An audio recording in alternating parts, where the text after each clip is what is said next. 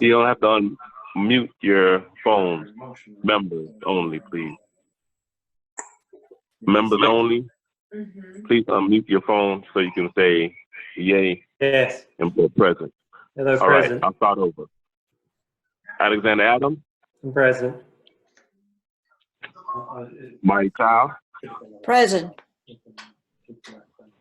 Alan Fishman. Present. Susanna Guas. Present. Benjamin Hendrick.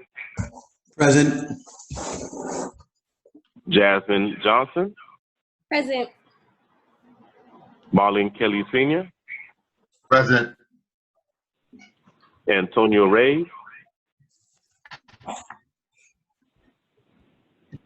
Antonio Reyes is here. I saw him earlier. Antonio. We'll come back. Susan Shine. I'm here. Lee Swartland. Naomi Wright.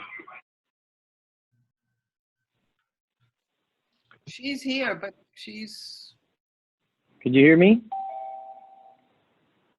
Is that Naomi? Okay. That's Antonio Ray. Did you hear me? Present. That's me, yeah. Yeah. Okay.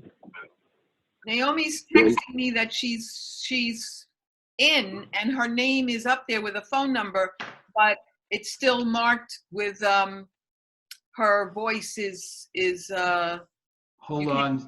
She can't unmute. Hold on. Let me see where she is here. Naomi.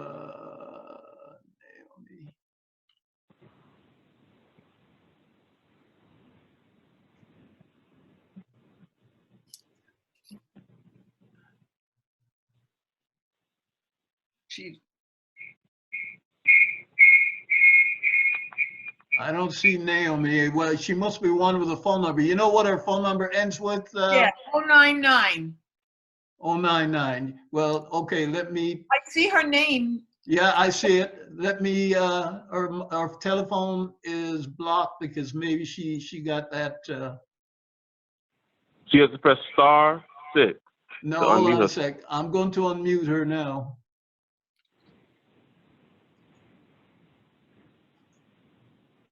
Let's see here, 099. Naomi, are you there? Yes, yes, I'm here. Okay. Okay, there you Naomi go. is present. Okay, Naomi is present. Good. You can hear me now. Yeah, are you on a computer, Naomi? I'm on my phone. Oh, okay, well, I need to put your name here then because phone numbers are going to be removed, so I'm glad we recognize. What number was that again? 099. 5099. Yeah, I just need the last three number. 099. Okay. Naomi, we got you now. Okay. All right. Okay. I'm gonna mute you, Naomi. Okay. Okay. All right. Daniel Iglesias. Present. Dr. Claudius Carnegie. Yes, present. Chair, you have a quorum. I just want to check one more time. Lee Swartland. Okay. All right. Chair, you have quorum. I just want to make an announcement. Please, if you are on the phone, to be unmuted on the phone is *6. Also, if we do have a resolution made today, it will be done by roll call. Once again, like Dr. Carnegie said, the chair said, there will be no abstaining. By state law, by state statute, we do have a member of our staff at the Stephen P. Clark building that is available for any citizen that to be able to watch and be able to participate at the lobby. So I'd like to keep that in mind as we participate in the meeting, that we do have someone downtown in the Stephen P. Clark building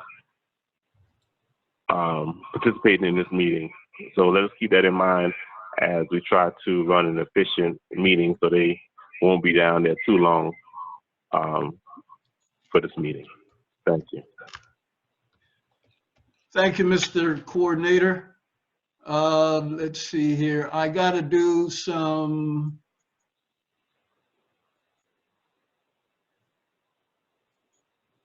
housekeeping duties here because there's still some people with just telephone numbers. And before I lock the meeting or probably remove them, I want to make sure we're doing our due diligence here. Let's see. 099 is, that was Naomi, wasn't it? That's correct. That's correct. Can you hear me? Yeah, I can hear you. I'm just trying to, your number is still showing up instead of your name. Let me just spend some time here to clean that up. I got you. You're pairing twice, Naomi, so I guess you're on a computer and a phone? Well, what is it? Well, I was having some issues trying to get in. That's why I ended up on the phone. Okay, Then I got all on the right. computer. No problem, no problem. So you're seeing images, but you can't communicate on your computer. Is that what you're saying? Not exactly, but I'm All right. okay. All right, no problem. Okay. I just want to clean up my participant list here, and I got a couple of phone numbers that are not attached to names. Okay, let's see. Who owns the last 3 digits 462? 462, calling once, calling twice. If I don't get a response, you'll be removed. 462.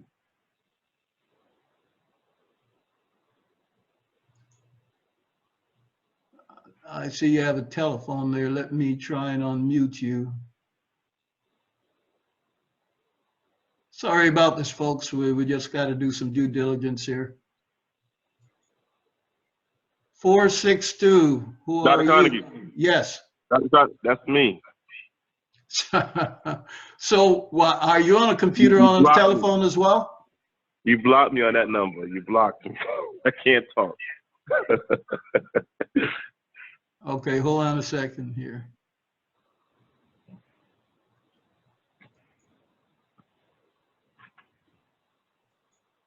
Well, how are you talking to me then?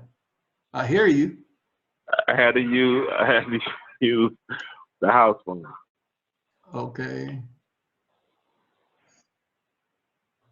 Okay, let me see here. Try talking. No, that's not you. There you go. Try talking to me now on that number. No, Dr. Carney, it's okay. It's okay. Don't worry about it.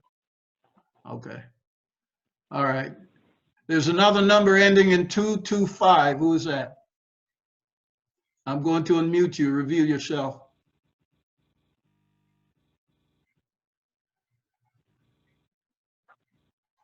Dr. Carnegie, this is Victoria Williams from Florida's Turnpike FDOT. That's the last part of my mobile number. I'm also on the computer. My network is a little spotty with the computer, so I'm listening through the phone. Okay. All right. Sounds good. All right. So with that said, I am now going to lock the meeting. So we've got 41 folks. Paul, are you okay with that? I need to lock the meeting and proceed. Let me just check to make sure we have our presenters. We have Chris on the line. Chris?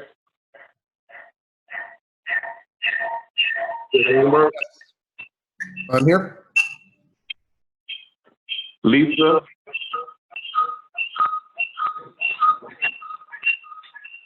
Paul, you're getting some feedback. Do you have 2 devices going at the same time?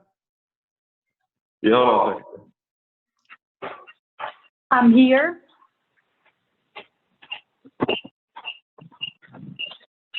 Okay. Paul?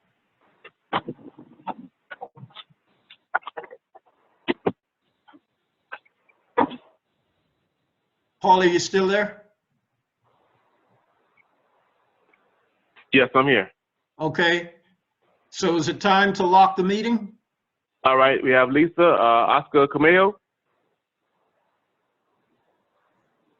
Are you there, Oscar Cameo?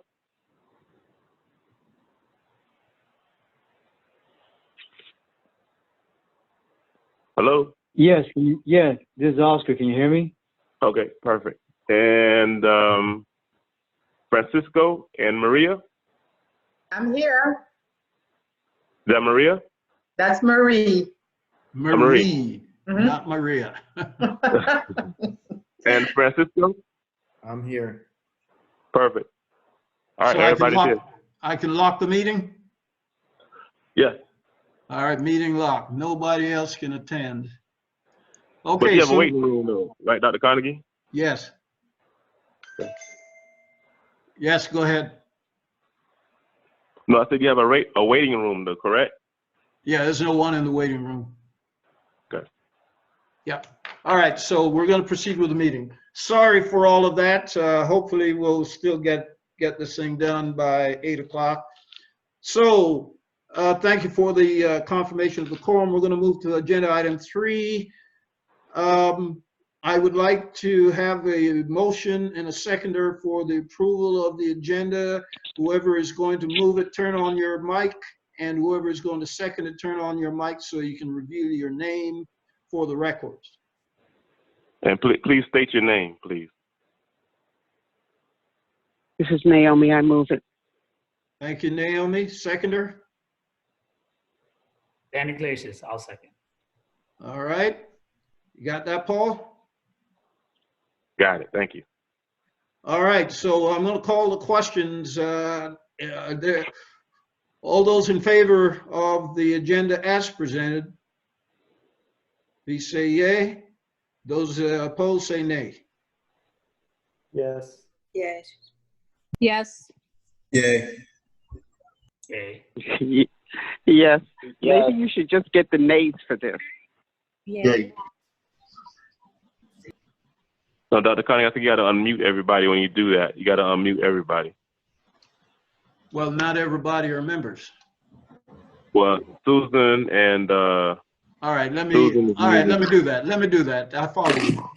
All right, so I agree with you, Naomi. And you know that's my style. I just started to adopt Mr. Fishman's style. I normally would just go to yay to nay, but Mr. Fishman, I'm following him. So let's go back to that. Anyone opposed to the approval of the agenda? Say nay. All right, sounds unanimous to me. I'm going to do the same thing for the approval of the minutes. And I'd like to entertain a mover and a seconder for the approval of the minutes. I move the minutes as well. Second. Who's the seconder? Jasmine. Jasmine, second. Naomi moved. All those who oppose the approval of the minutes, say nay.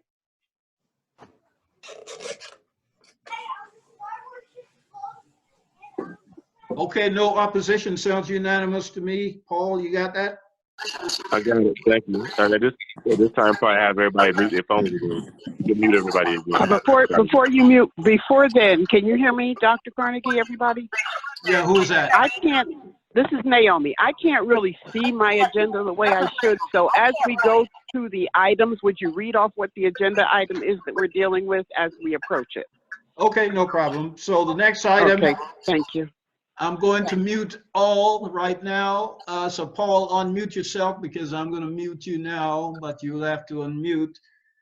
The next item is CTAC membership update. Mr. Coordinator, any membership update? Not at this time, Chair. All right, so we'll move on to the next item, item number 6, and that's the first public comment on the agenda. Let me unmute here because we need to bring everyone in. Are there any public out there who would like to take the floor? Calling for public comments one more time. Hearing none, I'm going to mute all and move on to item 7. And item 7 is... Through the chair. Yes. I'm just going to ask members not to chat on.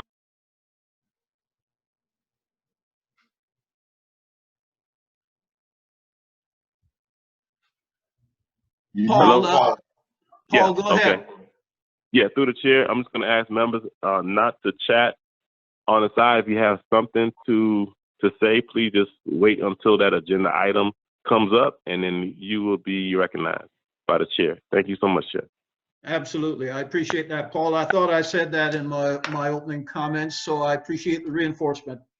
All right. Once again, we're going to deal with, let me make sure everybody's muted.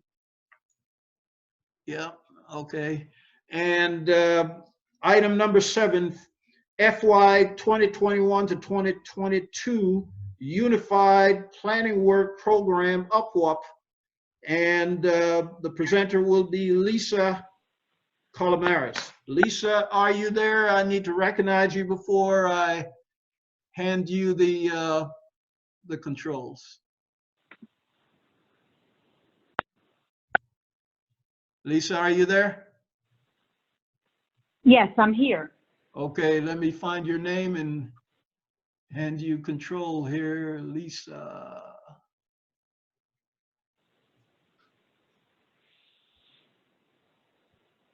This was not Dr. Carnegie. Adams, you're out of order. Please, please allow me to conduct the meeting. I was going to ask a question. I'm dealing with item 7, Mr. Adams. What is a question relevant to what I'm doing? Yes, the UPWUP.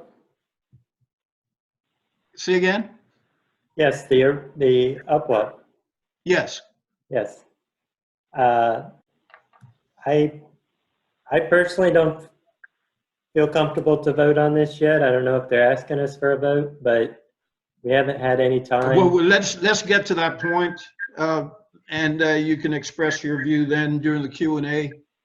So I didn't think that this is a time to bring that up. Let the presenters have their time, and then you're going to be allowed Q&A at that time. When you have the Q&A, you can raise any objections or any other comments you want to make. All right, Lisa, I finally found you. So I have this long list here that I got to manage. So I'm going to, Lisa, now make you co-host. What you need to do is, let's see, do you want to make Lisa co-host? Yes. You're now co-host. You need to go to your share your screen with a green icon at the bottom, and immediately upon completion before the Q&A, you need to hand the control back to me by hitting the red stop sharing. So go ahead. Okay. All right. Good afternoon, Mr. Chair and members of the CTAC. My name is Lisa Colmenares, Program Development Manager for the Miami-Dade TPO. And tonight, I'm going to present our fiscal years 2021 and 2022 Unified Planning Work Program. We're not seeing your screen. Is everybody seeing your screen? Because I'm not. I see it. So why am I not seeing it? Yes, I see it. I see it. Are you on the split screen feature? No, At the top? I just got disconnected, it seems. Hold on a second here. All right, got it. Okay, excellent.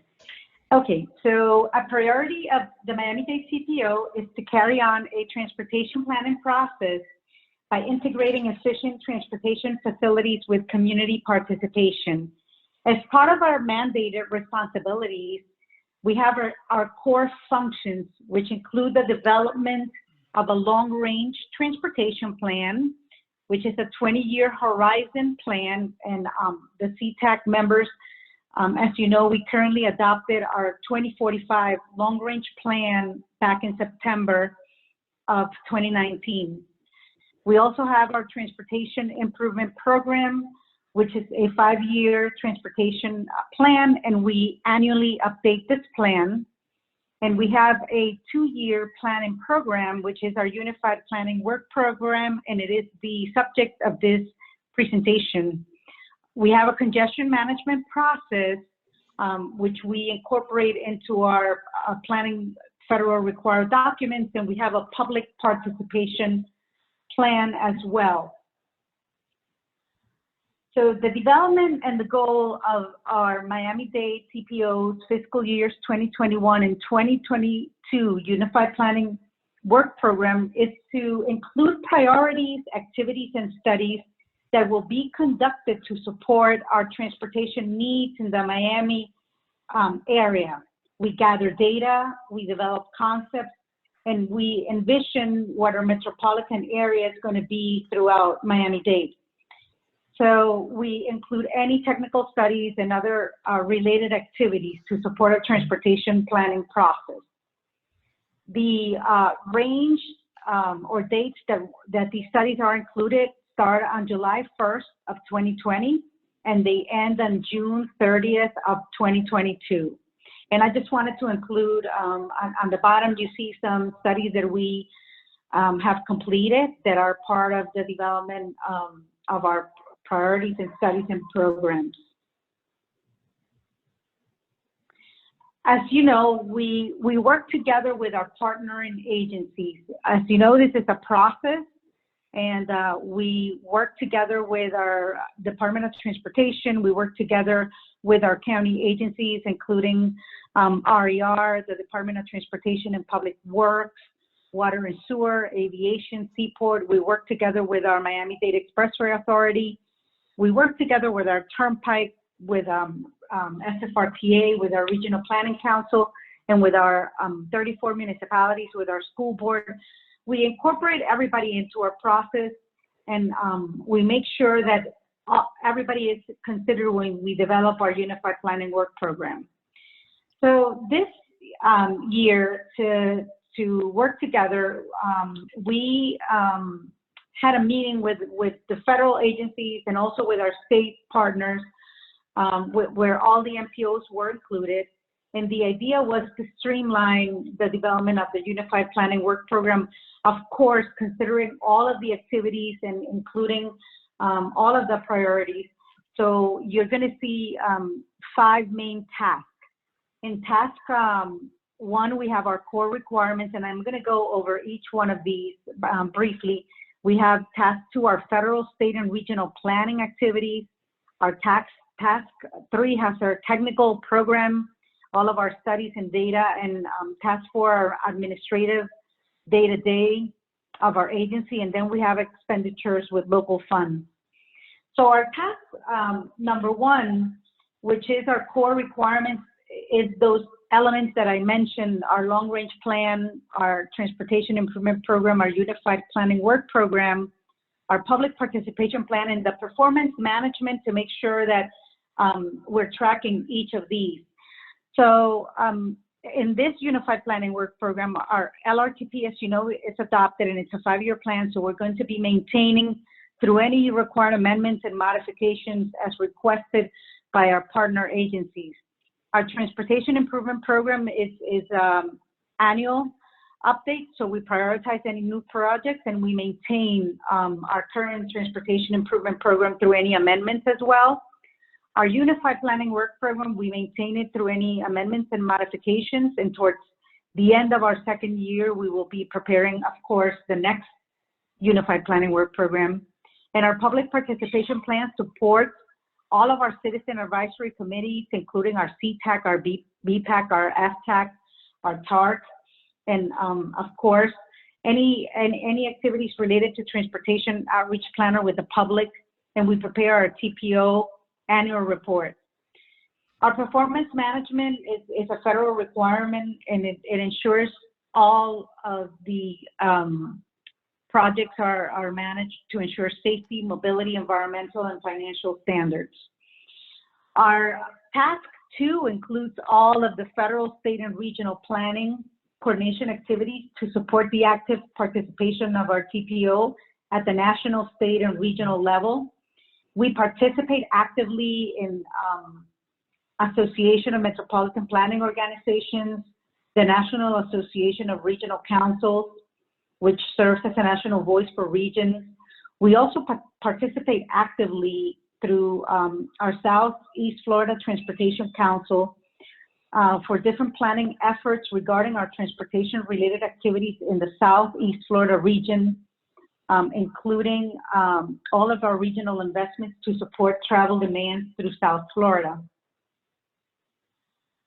The technical program is kind of like our production, and we include in here all of our SMART plans.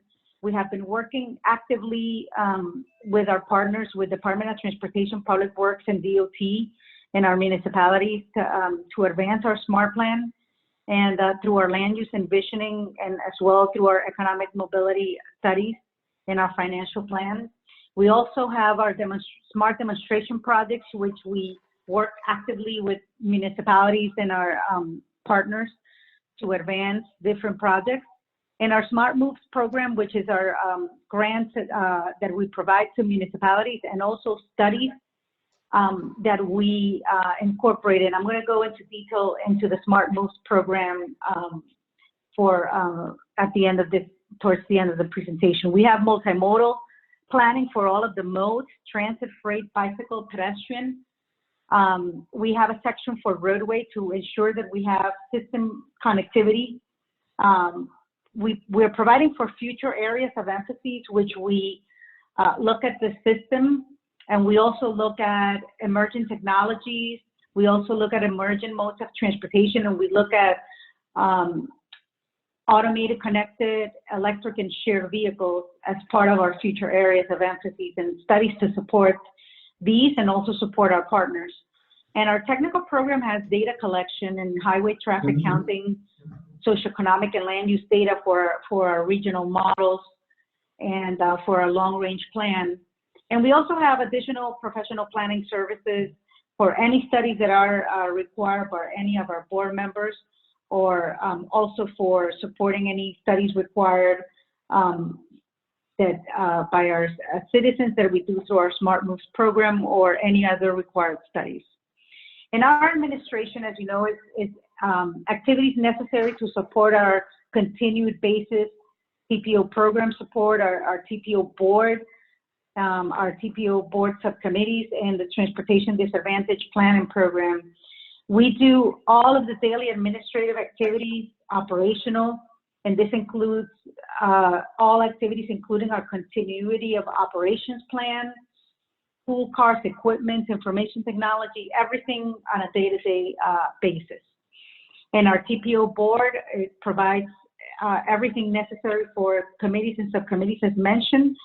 And we have our Disadvantage Planning Grant Program providing services to the disadvantage and CTC evaluation and designation in coordination with the Department of Transportation and the CTC and the county.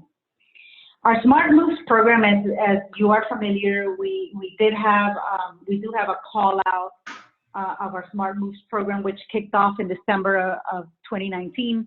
We prioritize different projects to advance complete streets, first last mile connections, connected and automated vehicles, and other priorities to enhance connectivity, accessibility, and integration of our entire network in Miami-Dade. So just to give you a little update on what happened in the previous or our current ongoing UPWB, in our municipal program, we have already completed most of our studies that you all saw when I came to you back in 2018. We have 2 studies that are going to be completed in 2020 from our municipal partners, which is the Miami Beach Convention Center Pedestrian, Bicycle, and Transit Safety, and the West Miami. All other studies are completed and they're available on our website under completed studies. And our citizen requests that we had from our previous cycle, we completed already the Downtown Miami Corridor Hub Transit Circulation, and we are already ongoing with the request for, we got 156 requests from citizens, but in the past cycle, but 56% of those were for the north, for the South Corridor, the north and the northeast. So we have these 3 studies that we are conducting with our general planning consultant, including mobility for Aventura and the OJUICE, which is the unincorporated Miami-Dade. We have a Florida City mobility study, and we have an unincorporated Miami-Dade County at the Southwest 244th Street. So basically, the citizens wanted to see more connectivity to the stations that are coming on board with the SMART plan. And in 2021, in the call out that we just did in December, we had these municipalities come forward with scopes and studies that we could immediately start when we get this adopted UPWP, including a Doral Boulevard corridor study to improve traffic and connectivity along Doral. Cutler Bay has a transportation master plan update to include all modes of transportation.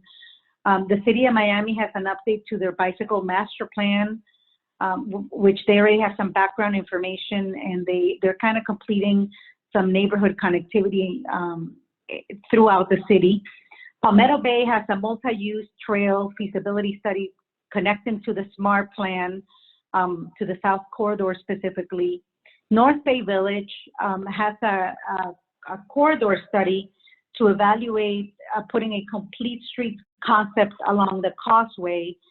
They had a series of charrettes and a 3-day charrette, and citizens want to see more of an approach to complete streets in the long run. So they have like a phased approach. So they would like to do the traffic analyses and work with the Department of Transportation on this. And the Miami Shores is looking at feasibility of implementing a trail greenway study. And the city of Miami Beach is looking at first last mile connections to the SMART plan. They already have done transportation master plans and a diversity of other studies. So this is just their next phase of implementation. We had a variety of citizen request concepts, and we're working on now, we have kind of grouped them together, and now we will be working to develop scopes for these so we could start them in fiscal year 22. That will be July 1st of 2021.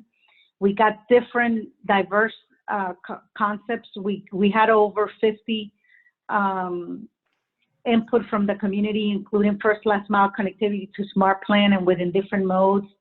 They wanted to also see arterial grid and connectivity and integration of the whole system between modes, people and freight. Citizens also want to see additional park and ride facilities and mobility hubs. They want to see transit express routes and major thoroughfares. So that's consistent with our bus express rapid transit that we've been working on. They want to expand Metro Mover connections to major attractions, autonomous vehicle studies, reversible lanes applications, and more circulators. So now our team's going to start working on scopes, and then we will be coming back to the CTAC to provide what those studies are and an update on the Smart Moves program at a later date. So that's the next steps. January 2021, we got the solicitations, and then we're reconciling these ideas and converting them to scopes. And then we would be amending them to include them into our Unified Planning Work Program. We have set aside already in the document $200,000 to begin July 1st of 2021 for the citizen ideas, and we already have allocated also over $450,000 for the municipal ideas in fiscal year 2021. So this is just the main, our schedule. Just to provide you an overview, we had our call for Smart Ideas in December of 2019. We provided like a month and a half for people to provide their ideas and municipalities to prepare their scopes. We submitted our draft Unified Planning Work Program to state and federal agencies, and they have 30 days to provide their comments. Due to COVID, they asked us for a little bit extra time. We're waiting for their comments in the next couple of days, and we will be responding to them quickly, even though we've been working with them on a weekly basis. So we already know what some of those comments are, and we've been addressing them. We will be going to the we're going today to CTAC, and then we are going to the TPC. And our next step will be at the TPO board on the 23rd of April. We have a deadline of May 15th to have all comments finalized from the board and from all committees, and then deadline for federal agencies to approve our Unified Planning Work Program is June 30th of 2020. And with that, I will turn the control back over to the chair, and I will entertain any questions from the CTAC members. All right, thank you for that, Lisa. Let me take back control here. All right, thank you. So I'm going to entertain some Q&As, and let me get the order here. I'm going to go up the list, so we're going to start off with Naomi Wright. So Naomi, can you unmute yourself and raise the first Q&A? Through the chair. Hello, can you hear me? Yes, yes, go ahead. Before everybody gets started, I just want to say it one more time to remind everybody, all of our members, please, if you have a question, you do not have to put it in the group chat. Please just wait until the item comes about, and then you can say what you have to say so you could be heard. Thank you. Yeah, this is a microphone chat, not a written chat process here for Q&As. It's a microphone issue. So Naomi Wright, please unmute and try and be as efficient as you can with your questions so we can get it answered and move on to the next person. So I'm going up the list. Naomi, number 1. Naomi, can you unmute, or you want me to?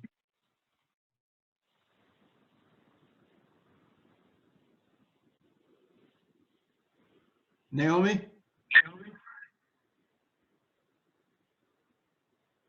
I see that she is unmuted, so why isn't she speaking?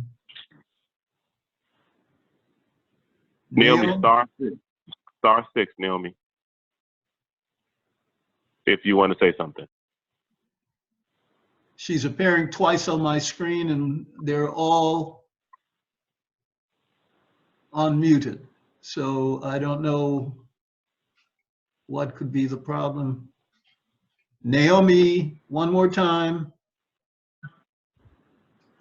No. Naomi? All right, I'm unmuted now. Yeah, Can you hear there me? you go. Yes. Okay, did you unmute me or did I unmute me? Well, I was looking at, actually, you're appearing 3 times on my screen, so I don't know what to do with you. I don't know why. I really don't know why. But my Anyhow, only question we got was, you now. We got you now. Get to your question, please. my question was with regard to the amount of money that, Lisa, you listed for, I believe, public outreach. How much was that?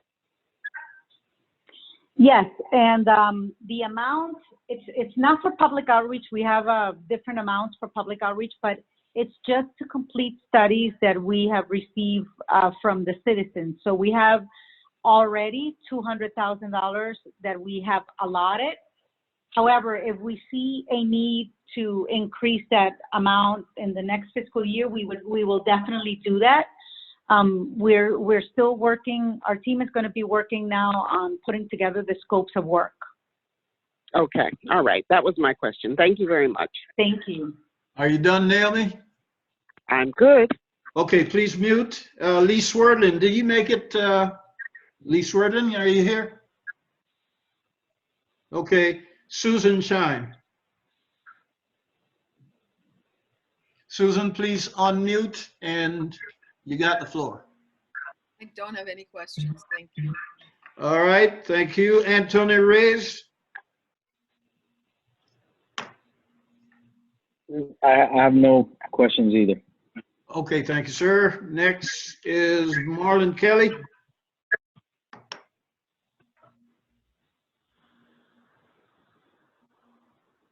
Marlon?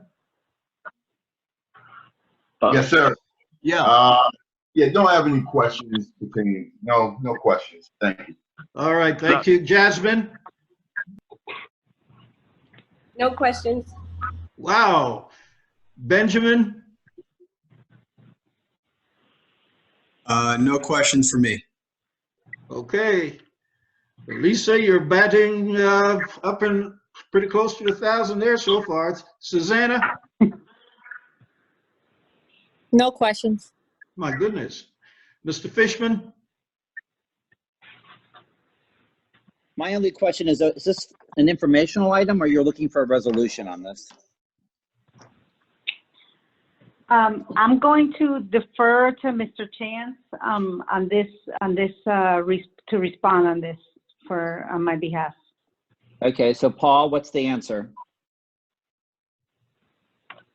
This is a major document. Can you hear me? Yeah, we can hear I you. hear you. This is a major document. This is one of the main documents that CTAC looks at, and it's up to the CTAC committee to pass a resolution or not pass a resolution. But I mean, just consider this as a major document that the board considers, and it's going to be going to the CTO board this month, I believe. Okay, so when everybody's done, I'll do the resolution. Dr. C, just let me know. All right, and then that resolution will attract a vote. So Right. Start thinking about your votes, all CTAC members. But we do have, 3 more people here to ask questions. Thank you, Mr. Fishman. So Mariceli? Yes, thank you for the presentation, Lisa, and I'm very excited about the Smart Moves program. I guess my question sort of dovetails Naomi's question with respect to funding. Did I understand that you all have $450,000 to implement the ideas? Is that correct? Yes, correct. We have 450,000 in fiscal year 21 and 200,000 in fiscal year 22, just for the Smart Moves program. However, the amount for fiscal year 2022 can increase depending on how we develop the scopes. So is this for implementation or just for the studies? I'm a little bit confused on the various amounts, what they do. Sure, and the Smart Moves program is study. It's what it is. It's studies, and the Smart Moves program has 2 components. It has the municipal component where we partner with the municipalities to provide funding for the studies that they provide us, their scopes, and then we get input from the community and their ideas, and then we develop scopes and we undertake those studies. Then we have the Smart Demonstration program, where we work together with our partner agencies, and that's more, not studies, but projects that are more on the ground, operational. And then what we do is staff puts those projects in our program priorities, and then we provide assistance and coordination with our partner agencies, the municipalities, Department of Transportation, Public Works, and FDOT to provide funding to implement those first last mile connections or projects that advance the SMART plan. So that's also the implementation on the ground is basically the 450,000. Is that correct, Lisa? No, that's a separate item. When you look at the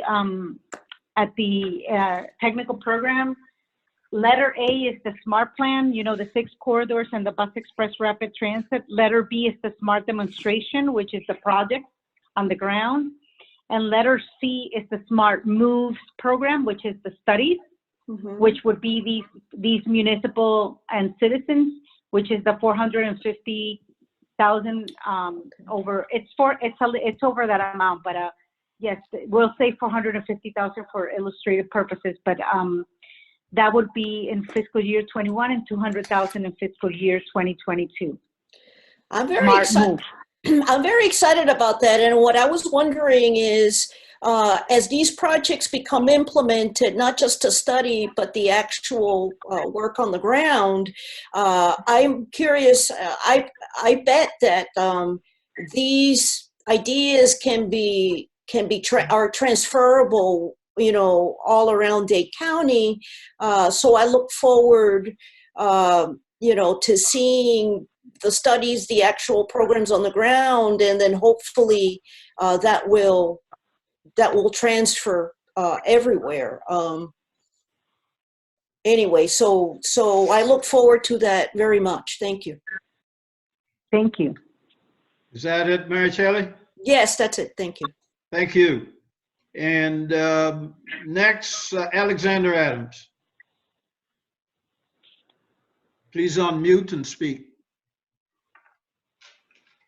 Yeah. All right. Yes, as I mentioned earlier, I think this is a very important document, as Paul said. It's a yearly document, and as your schedule shows, you need to have it done by June. So I would suggest that we defer the item till next month. And I personally haven't had enough time to look at, 50 plus pages, especially knowing what's going on in the world right now, and that this is our first virtual meeting. I'd suspect there's not as many public participants and all, so I would rather err on the side of caution, and personally don't have enough information right now or time to go over this entire document. So I would move to defer, and whenever that's appropriate. All right, well, let's see how the other members feel. So you will, once we come up, once Mr. Fishman has formulated the language for the resolution, you can either vote up or down on that, because it's what I'm hearing from you, Mr. Adams, is that you'd like to have the item deferred because you haven't had an opportunity to really wrap your head around it. Is that correct? Yes. Okay, all right. Neither, yes. Okay, got you. Through the chair. Who is this? This is Naomi. Yes, Naomi. May I? Okay. Yes. All of you that have been on the committee for some time know that I'm always concerned about these documents and the new members understanding what these documents are and what our charge is with regard to these documents. So I would think that you would need to explain what these documents are, what they represent, and why we have them before us today. Okay, so that's a piggyback, Naomi?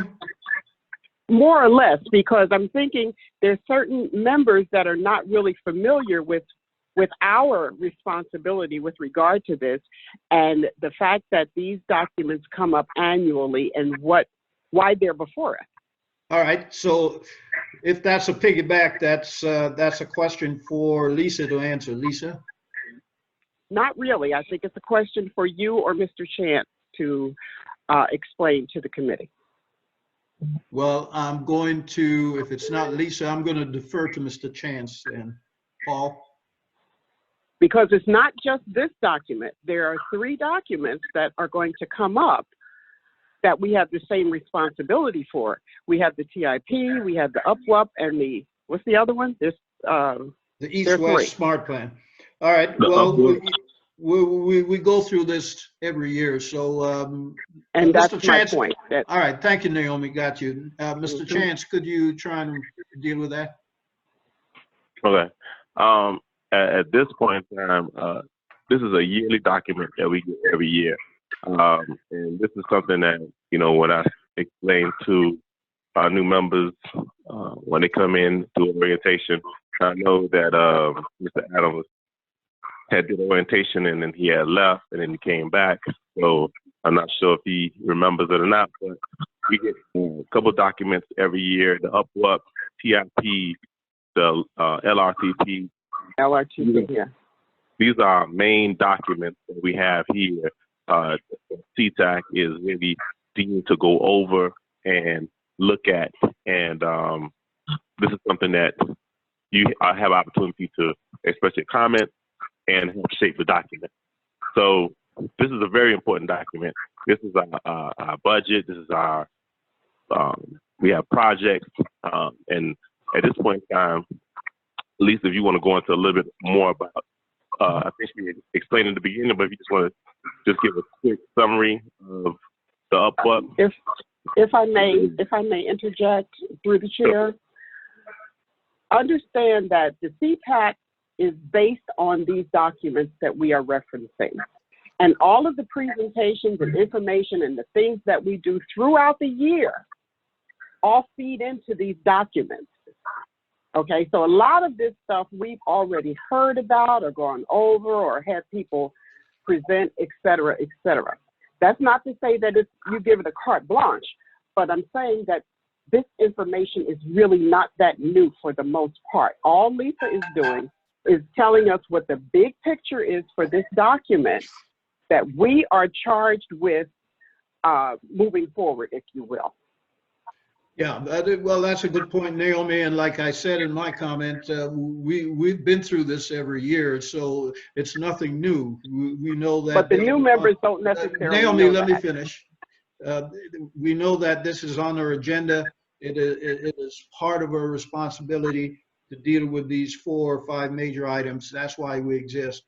I don't think, and maybe Mr. Adams can respond to the comment I'm going to make, I don't think what I'm hearing from him is lack of understanding that this is our responsibility and these particular 4 or 5 items need to be processed every year. What I'm hearing from him is that for whatever reason, he has not had time to digest it. So you know, the concern that I'm hearing from Mr. Adams is not what you're saying, Naomi. I think it comes down to us deciding, the majority of us deciding on how to proceed with this. I think that we need to come up with a resolution, and you can vote up or down as the case might be. But I think what Paul said, and Paul, you're confirming that you did cover these primary responsibility of CTAC to Mr. Adams when you gave him the orientation. Is that correct? Right, the first time, correct. And through the chair, can I, Dr. C, can I speak? Yes, sir. He came back now the second time. Have you had another second orientation with him? No, we have not had a time to sit down and do a second orientation. Well, Mr. Adams, you understand? Yeah, I understand the responsibilities. Yes, I figure that. So, well, all right. I don't want to comment any further on that. Mr. Adams, please schedule your reorientation with Mr. Chance and get that done. So, you know, you have a updated understanding, if you didn't understand it the first time, as to what our responsibilities are as a CTAC. Okay? All right, so we're gonna move on. Are you recognizing me? Oh, I'm sorry. I was gonna move on to Mr. Daniel Iglesias. Yes, I'm sorry. You did chime in there, Mr. Fishman. Please, please. Oh, I'm sorry. I thought we were done with comments. Are we still waiting for Daniel to make his comments? Yes. Okay, I'll speak when everybody's made their comments. It's fine. Okay, fine. That's what I thought. Mr. Iglesias. Yes, I have a couple. Just on the call for ideas, if she can speak to the number of responses we got or they got, how they go through just determining which ones are considered. Do they publish all the responses they got on the calls for ideas? And what do they do with ideas that they didn't take this year? Do they roll them over into the next year, or do they make them even like our committee aware of these ideas? They might be good ideas. Mr. Iglesias, yes, we got 56 ideas this year. All of them are being considered. This year we got good ideas because in previous year we would generally get some that were maybe operational concerns or so. So if they're considered an operational concern, we transmit them to the appropriate agency. But this year we were fortunate to get all good ideas. So what we did was group them so we can start providing scopes of services for these ideas. So none of them were discarded or transmitted to another agency for follow-up. Great, thank you. That's it, Mr. Iglesias? Yes, sir. All right, thank you. I have no questions or comment. I want to thank Lisa for a great presentation. There's a lot of content and substance in your brief presentation. You did very well as far as I'm concerned, and I want to thank you for that. So we're now at a point where Mr. Fishman is going to take over and figure out the language for the resolution, so we can call a vote on that. Mr. Fishman. Okay, as we do every year, my resolution would be simply that CTAC hereby adopts and approves the fiscal year 2021-22 Unified Planning Work Program as submitted. All right. So are you moving that, Mr. Fishman? I am. Okay. Do I have a seconder for that motion and resolution? I'll second it. Is that Naomi? Yes, it is. Okay, I'm going to ask everyone when you speak, because we got so many people on the call and the voices are sometimes muffled, just give your name, because if you're on a telephone, for example, your name doesn't even flash on the screen, so I don't know who it is. So please, while we're in this virtual mode, get into the habit of giving your name as you make a comment so we have clarity. And thank you, Naomi. So having said that, you want to do a roll call vote? Yes, Chair? yes, Mr. Coordinator, that's where I was going. I was going to ask you to take a roll call vote, and as Mr. Fishman calls your name, you just simply say yes or no, and he will tally it and tell us what the score is at the end. It's me. It's Chance, Paul Chance. All right, I'll be calling the name. Alexander Adams. Let's say no. I'm sorry, repeat yourself. Alex Adams, my vote's no. No. Nay, okay. Maya Chow. Because of the Smart Moves program, yes. Susan Wash. Yes. Benjamin Hendrick. Yes. Jasmine Johnson. Yes. Marlon Kelly Sr.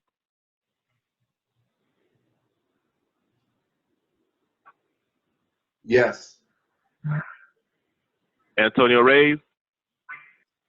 Yes. Susan Shine. Yes. Lee Swarland. Naomi Wright. Yes. Danny Iglesias. Yes. Dr. Claudius Carnegie. Yes. And Mr. Chair. Fishman made the motion, so he's obviously a yes. Right. Yes. Chair. It passes. Okay. All right. Well, there you go, Lisa. Thank you very much again for your good work. And Motion been seconded. Thank you. okay, did I hear someone trying to chime in? Was the motion second? Yes, by Naomi Wright. Okay, just checking, my bad. All right. So moving on then, the next item is, excuse me, item 8. And that is Transportation Alternative Program, the TAP program that Mr. Henderson used to do. Excuse me, that Oscar Cameo is now going to present. So Oscar, let me find you on my screen here and give you control of the co-host status. And Chair, while you're doing that through the chair, everyone received a transportation alternative program sheet document to vote. You can vote 1 through 6 on that application. You received that yesterday evening. So you can please put in your numbers to vote or ranking the projects. And then please, you can save it and then send it back to me, and I will turn it in to staff. If you have any questions about that, please don't hesitate to give me a call, and I will assist you. By the way, Mr. Coordinator, did you get my form I completed and sent back to you? I did, and I turned it in to staff. All right. Thank you, sir. Dr. C, just through the chair, I have a question. I may be implicit, but I can't tell. Is Paul expecting us to print this document, fill it out, scan it, and send it to him? Because I can't fill it out online. So what is the process here? Print and fill out and then scan, or is there an online version of it that I could just tap, fill it out, and not even print it? You can just fill it in. The document that was sent to you, you should be able to fill it in and save it, and then you would resend it to me. Okay, I'm not able to do that, but if everyone else is, then I'll have to print mine out and maybe scan it to you, because in my case, I can't fill it out. Not a problem. We'll work with that a little later then. We'll work with that tomorrow, okay? Okay, thank you. Oh, Mr. Fishman, do you not have a Wi-Fi printer, scanner, toy in your office? No, let's not go there. Okay, all right. Moving on then, Oscar, you got control, and whenever you're finished, please click the green to share your screen, and when you're finished, please return controls to me by turning off or stopping your share. Okay. Oscar? All right. Okay, can everyone hear me? Yeah, we can hear you. Okay, and do you see, and your screen is okay with like a view of the city? It looks like a Google map. There you go, perfect, exactly, that's what I want everyone to see. Okay, the Transportation Alternatives Program essentially started in 2012 by the U.S. Department of Transportation. And as Dr. Carnegie alluded to, yeah, David Henderson handled this program for many years, but he is now in the retirement bliss. So I drew the short straw, and here I am. It's a good program. It's actual funding. It's not transportation planning. It's for monies that are actually going to be incorporated for construction of on-road or off-road facilities, historic preservation, rehabilitation, construction of boulevards, environmental mitigation, and so forth. And this year we received 12 applications totaling $8.5 million in requests, including their match is a total of $18 million. And what I like to do is go one by one and talk a little bit about them, and then I'm going to take you to each corresponding applicant and the Google Earth map. As Paul alluded to, he should provide you, if you could, is the spreadsheet version of it, so you can just fill it in and send it back, so you don't have to scan the document. But nonetheless, I'm sure he'll take care of that. I believe he has the file. Let's begin with the first one. Is what you're looking at is the city of Miami Beach. That red line is the application's parameters. And if any of you have ridden a bike from the mainland towards the beach on the Venetian Causeway, it's a nice green, long, dedicated bike path. Well, that ends at Meridian, exactly where that line begins on the west side of your screen there, on the west side of the map, rather. And what the city wants to do is upgrade pedestrian infrastructures, add new bicycle lanes all the way from West Avenue to Meridian Avenue. And then actually, they call it land to stand, all the way to the beach. And it'll be a shared use path with buses. And essentially, that's number one. And they're asking for $1 million. And they are going to add $324,000 themselves. And that's number one. Number two is the South Miami Pedestrian Bridge.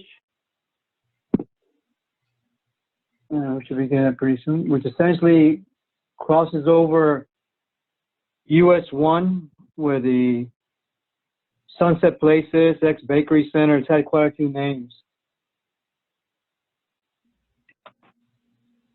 And what the city of South Miami is seeking to do is to resolve this barrier to non-vehicle transportation through the construction of a pedestrian bridge linking northwest and southeast sides of US 1 in the vicinity of South Miami Metro Rail Station between 57th Avenue and Sunset Drive.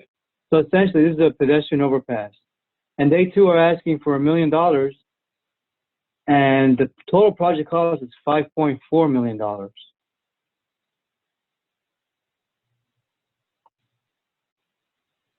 Number 3 is the Ludlam Pedestrian Bridge. This application comes from Miami-Dade Parks and Recreation. They're requesting $1 million. The total project cost is $3.3 million. As you can see here, essentially what they want to do is go back to the construction phase of this shared use path bridge structure over Southwest 40th Street right-of-way located between 69th and 70th Avenue along the Ludlam Trail corridor. The proposed bridge will span approximately 132 linear feet, including the foundation base support on each side of the Bird Road right-of-way. And that is Parks and Recreation application number 3. Now we'll go on to the next one, which is the Miami Shores application.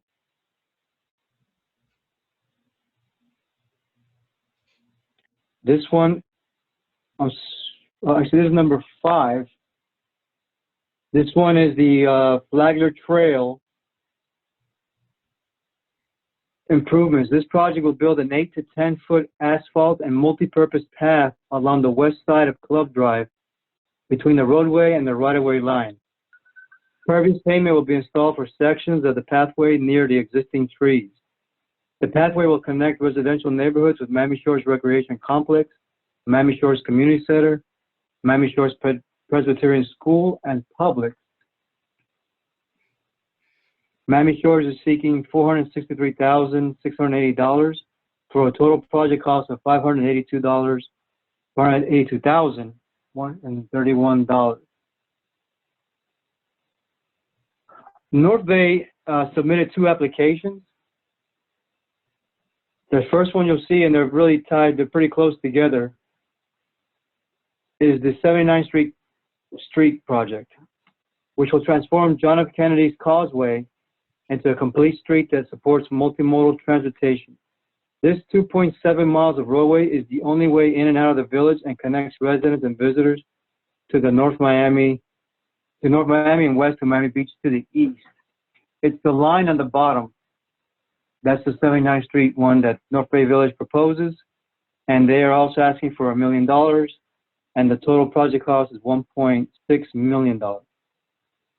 The next applicant is also North Bay Village. What they want to do is they propose a 3,400 linear foot multi-use urban trail overlooking Biscayne Bay and adjacent to the Kennedy Causeway, which is the line just north of the 79th Street Causeway, which you can see parallels and goes right along the edge all along the intercoastal there. Their application, they're requesting $1 million, and they will match it with the exact same amount for a total project cost of $2 million. And we'll go south now to Pinecrest.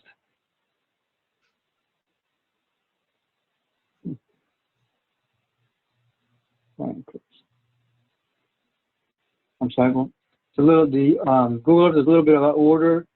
Pinecrest is actually application number 12. This is along Southwest 82nd Avenue. It's a complete streets planning project. It's a 2-lane roadway which has sufficient right-of-way to potentially add a large swale buffering the neighborhood, pedestrian lighting, adding a shared use path, bike lanes or combination to include curbing, sidewalk upgrades, ADA compliance, pavement markings, and drainage infrastructure. This is a relatively very small request for $75,000, and they won't be matching it. They're just asking for $75,000 for this effort. Caribbean Boulevard. This is from the town of Cutler Bay.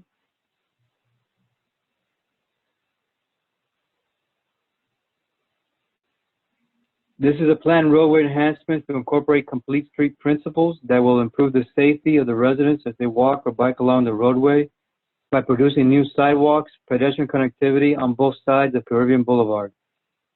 The proposal is asking for $1 million, and they're matching it with an additional $500,000 for like $1.6 million for this effort.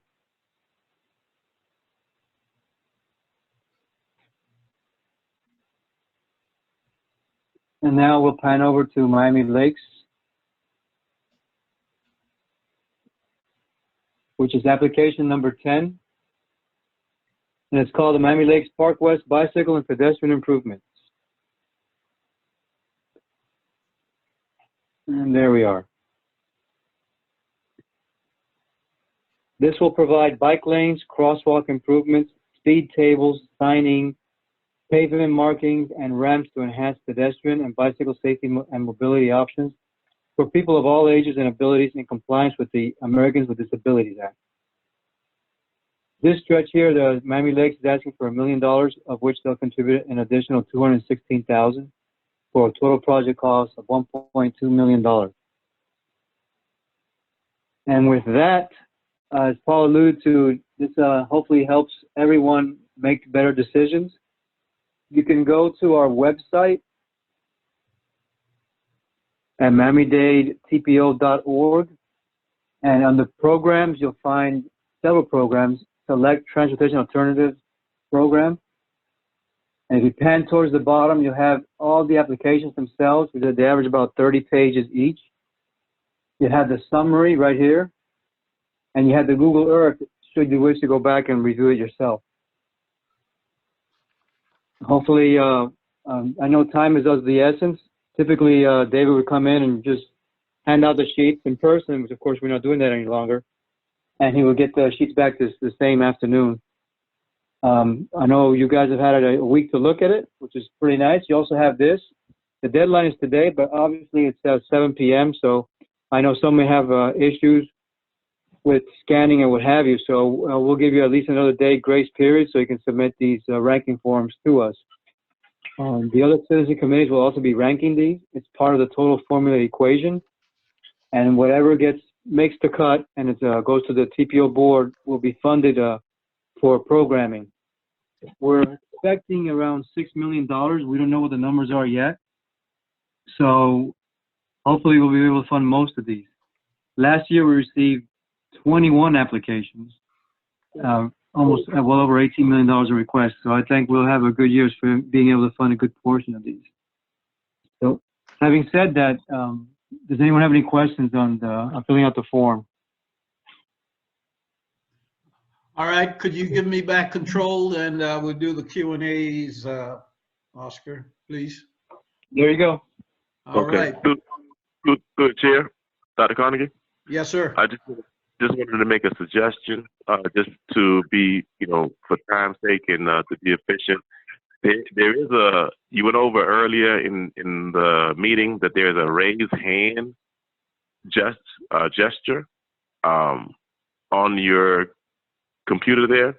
I don't know if everybody can see that, but if you have a question or, it's probably a little bit easier just to click on that if you do have a question rather than to go to every single person and see, unmute them, mute them, unmute them, mute them. They'd have a question, they can just click that raise hand, and then the chair could quickly get to you because he knows you have a question to ask. Just for the sake of time, and just as a friendly reminder, we do have someone down at the Stephen P. Clark Building, staff member that is down there due to our state statute. Thank you very much. All right. Well, thank you for that. I'm going to go down the list until I'm guided otherwise by what Paul just said. And so that means I'm going to be number one. Oscar, my question relates to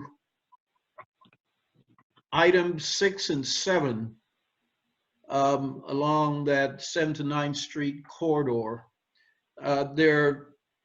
There's been several proposals that's been brought to CTAC's attention over the last couple of years about potential development along that one-way pier of 7th to 9th Street and 81st, 82nd.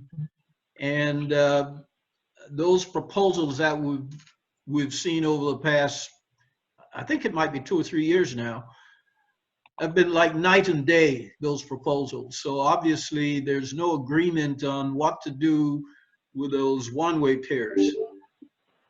I say all of that to ask the question as to whether or not these two proposals have been coordinated with the county, who seem not to be absolutely certain as what to do with that one-way pier, because it would appear to me that if we give approval to these two items, that they're going to run into some conflict with approvals, and the funds are going to be hanging out there, and I wouldn't want to see that if we can divert those funds to some other projects because of the headwinds that these two projects might face while the county is deliberating on what to do with those one-way piers. If you follow me, Oscar? Yes, yes, I am. Can you hear me? Yes, I can hear you. Okay. Yes, I know there's been some friction, especially on Northwest 79th Street. Most of the residents want to make it complete streets. Folks on the mainland don't want to see it because they want to traverse that area and get across to the beach. So that's always been an issue in that area, and eventually it has to be corrected, whichever way they decide to go. Should this project be advanced, as recommended for advancement for prioritization, you know, all these projects, we're looking at 5 years down the road for everything that's being ranked and today. So by then, they've worked out all their kinks, and if it doesn't, then I'll go to the next item on the list.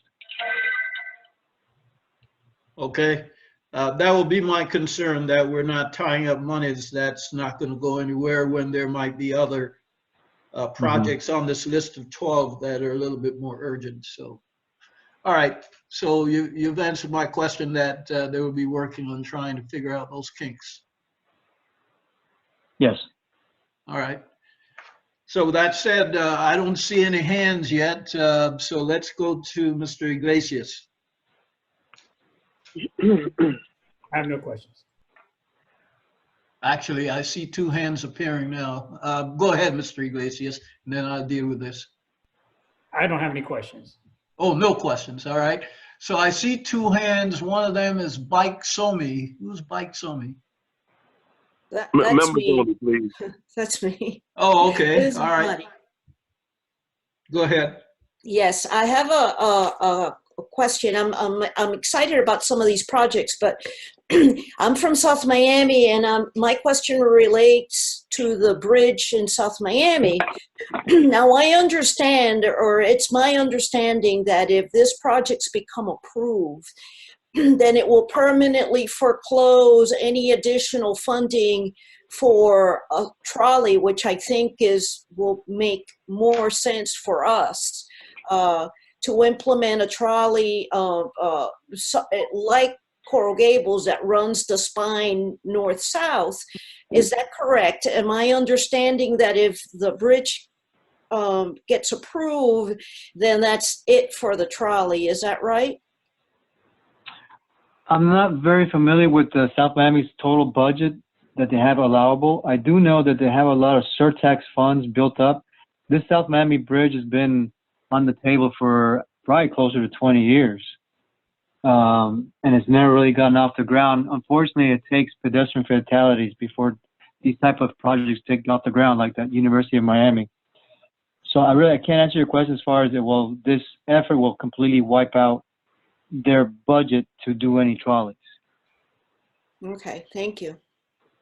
But I can follow up and get back to you guys. Yes, please, thank you. You're welcome. Right. Thank you, Mary Sally. The next hand I see here is Susan Shine. Susan, please unmute.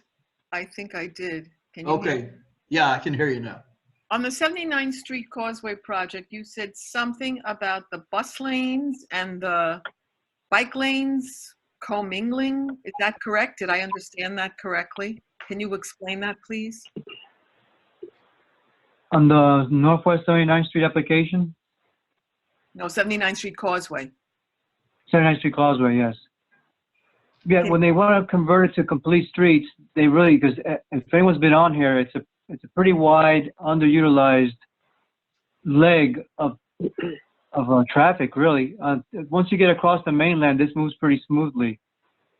And what they want to do with complete streets, of course, would include the green painting for bike lanes, the pedestrian crosswalks, the signage, and then you'd have red lanes for buses. Oh. Now, the problem with that is these are fairly highway-funded projects, and they don't pay for transit components specifically. So when they apply for this, unless they use their own money, this would be mostly for pedestrian and cars and bikes. And the transit component would have to be funded by themselves. What do you mean by the transit? The buses?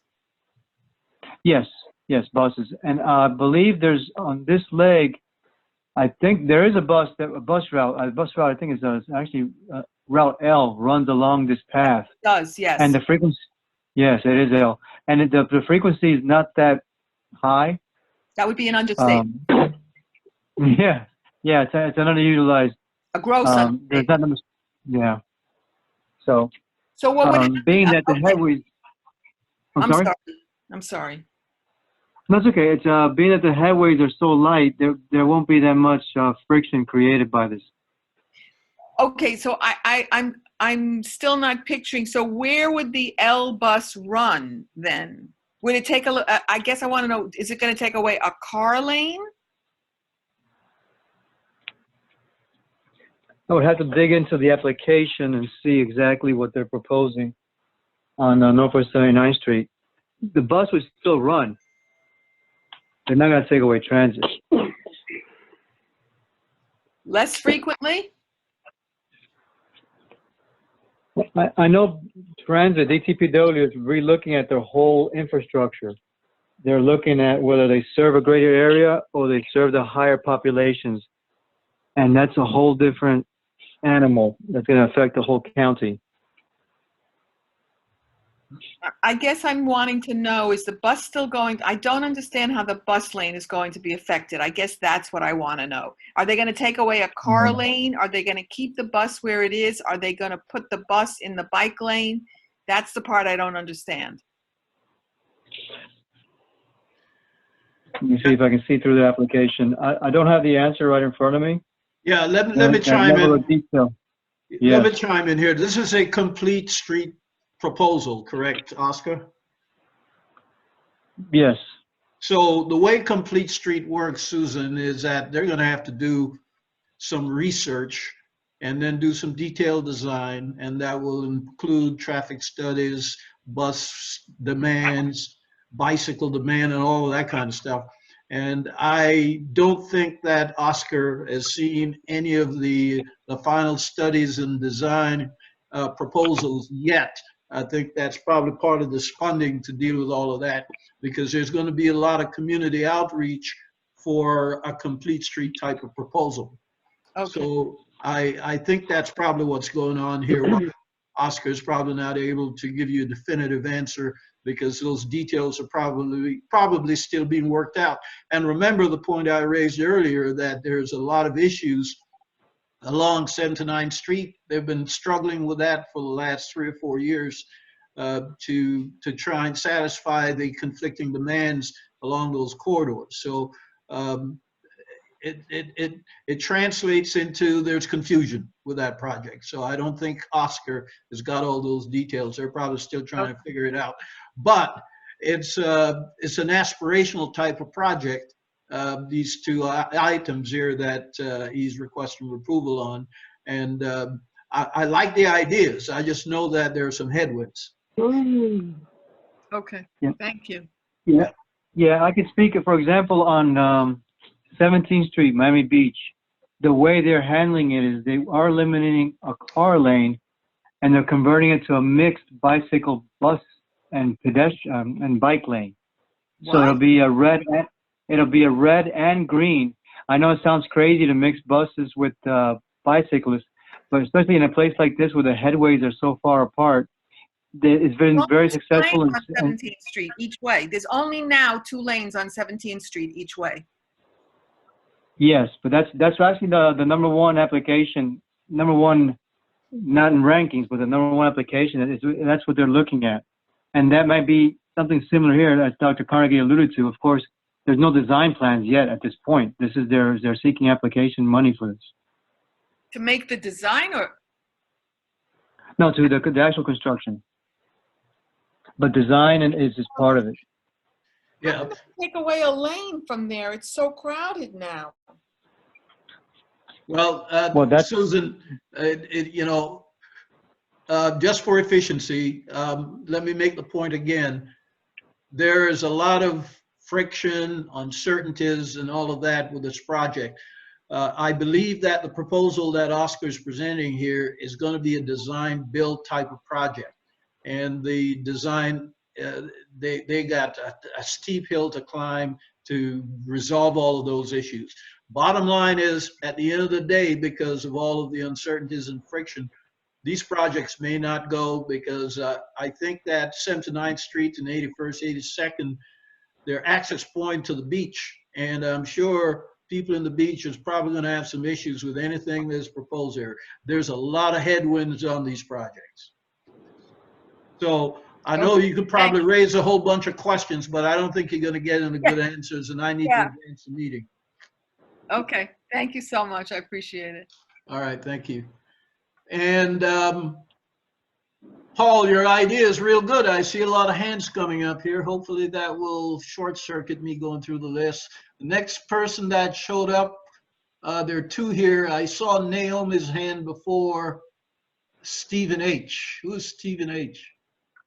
Let's go with Naomi. Let's go with Naomi, and we'll figure out Stephen H. Naomi?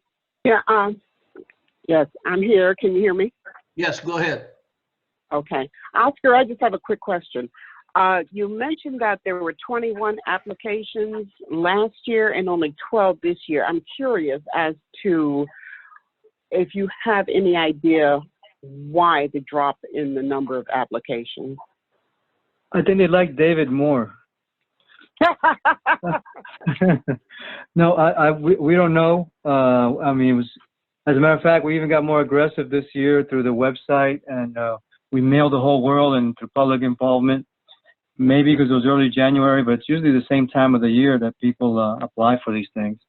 It was a significant drop off, but the monies are almost there to fund all of these. Hopefully, that may happen. The projects that, okay, I don't remember exactly what the projects were last year, so I probably can't ask that question. But okay, I was just curious because that's like, you know, that's a big drop. Mm-hmm. That was it. Okay, thank you, Naomi. Moving on to Stephen H. Who is Stephen H? Let's keep the questions just to the members at this point in time. So who is Stephen H? A citizen. Oh, okay. All right. Well, Stephen, you heard what the coordinator said, so I'm going to have to lower your hand and move on to somebody else. Let's see. Anybody else here? All right. Hey, Dr. Yes. It's Marlon. Yes, sir. Go ahead. Yeah, I want to go ahead and recommend the protocol be kept as you had it, where you call the member's name and allow them to either chime in or not. Because when you have it like that, it becomes where functionality, I don't have the functionality to raise my hand on the computer. So therefore I'm shut out of that process. So the process of what you were doing before regarding calling each member names, going around, just like we do in a natural meeting, I think that should be kept in place. I appreciate that. And I understand your point of view. I mean, people with telephones can't raise their hand. So yeah, I appreciate that. So I could probably work both. If someone raised their hand, I can deal with that. So we can operate the hybrid. So you know what I mean by the hybrid, do both. So do you have a question then, Marlon? No, I don't. But I just wanted to put that out there because it kind of stuck. Yeah, I understand and I appreciate that. So let me have another good look here to see if there are any other hands being raised. And I don't see any. So let me, Mr. Fishman, you got anything? No, I'm okay. I'm okay, and Mr. I have the hand function. Okay, good. Mr. Adams, you got anything? No, I'm good. Susanna? No, nothing. Benjamin? Nope. Jasmine, this is in your backyard. You got any question?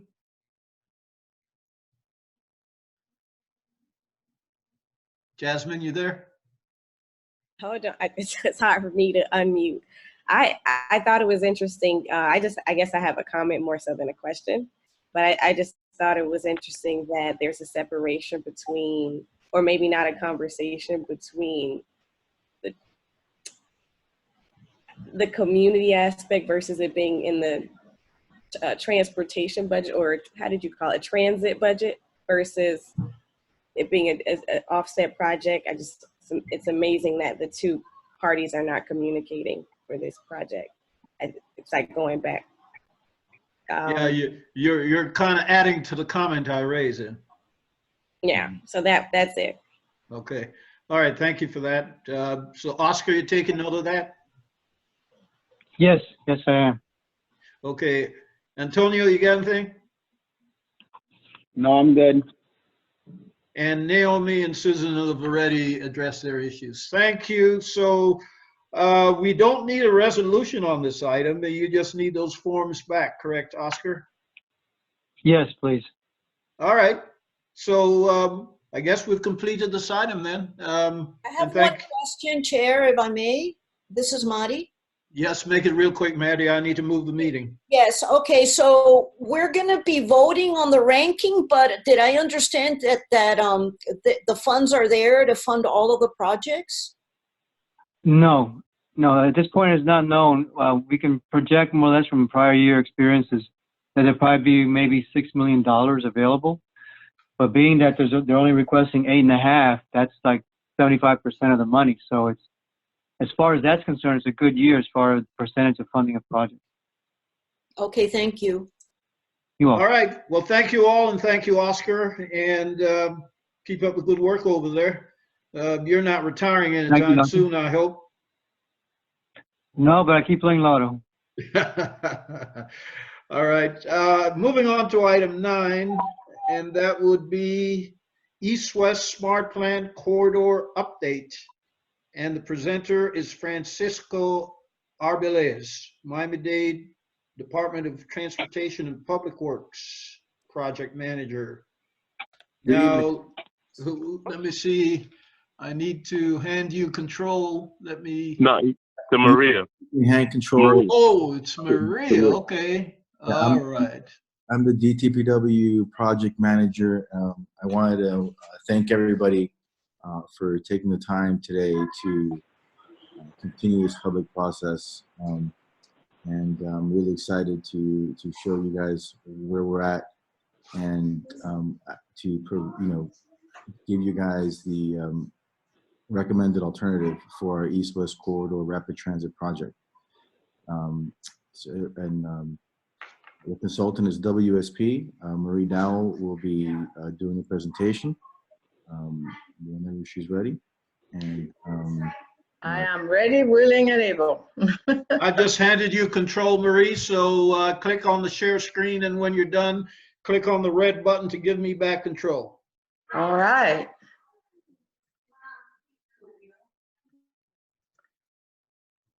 Can everybody see my screen? All right, perfect. Yes, yes. Okay. Well, thank you, Francisco, and thank you, everyone. So we'll just go over the work that we've been doing for the past year and then the analysis leading us to a recommended alternative that will be presented at the April 23rd TPO board meeting for a selection of a locally preferred alternative. As you all know, the East-West project is one of 6 Smart Plan Rapid Transit Corridor. It's really the artery of the county running east-west and connecting our major regional economic engines, FIU, the airport, the MIC, downtown, and then going on to the Port Miami and ultimately to the beach. So that explains the high level of congestion, of traffic congestion in that corridor, and the need to provide additional mobility to people that want to travel east-west through the county. A little bit about the corridor. It's a 10-mile corridor when we look at a BRT, HRT option, and 14 miles with the BRT options because we are running on some arterials. We're also looking at a CSX alignment, and it's about 10 miles as well. Within a mile north and south of the corridor, we have about, within half a mile north and south of the corridor, we have about 91,000 people living there, and within a 2-mile buffer, we have 330,000 people there, which is a density of 4,200 person per square mile, and it's a low residential, considering that a big part of the corridor is commercial and industrial, and also with office buildings. On the employment side, we have about 109,000 employees, half a mile north and south of the corridor, and 215,000 2 miles north and south, which a high density of 5,000 employees per square mile, considering all of the airport facilities and also all of the industrial and commercial in that area. Daily traffic in the corridor on 836 itself, it's between 150,000 a day to 190,000 a day, quite big numbers. 45,000 on Northwest 12th Street and 35,000 on Blue Lagoon area. One thing to point out is the map that you're looking at, the area within the dotted line is the area where we are planning to do some improvements to the infrastructure. Now, Hold on a sec there, Maria. Does somebody have their mic open or their telephone open, because you're causing some disruption here? I think a couple people got their microphone open.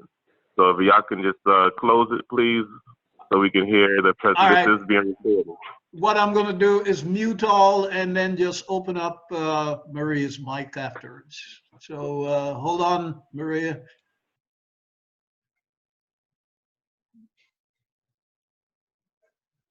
Okay, Maria, you got the mic.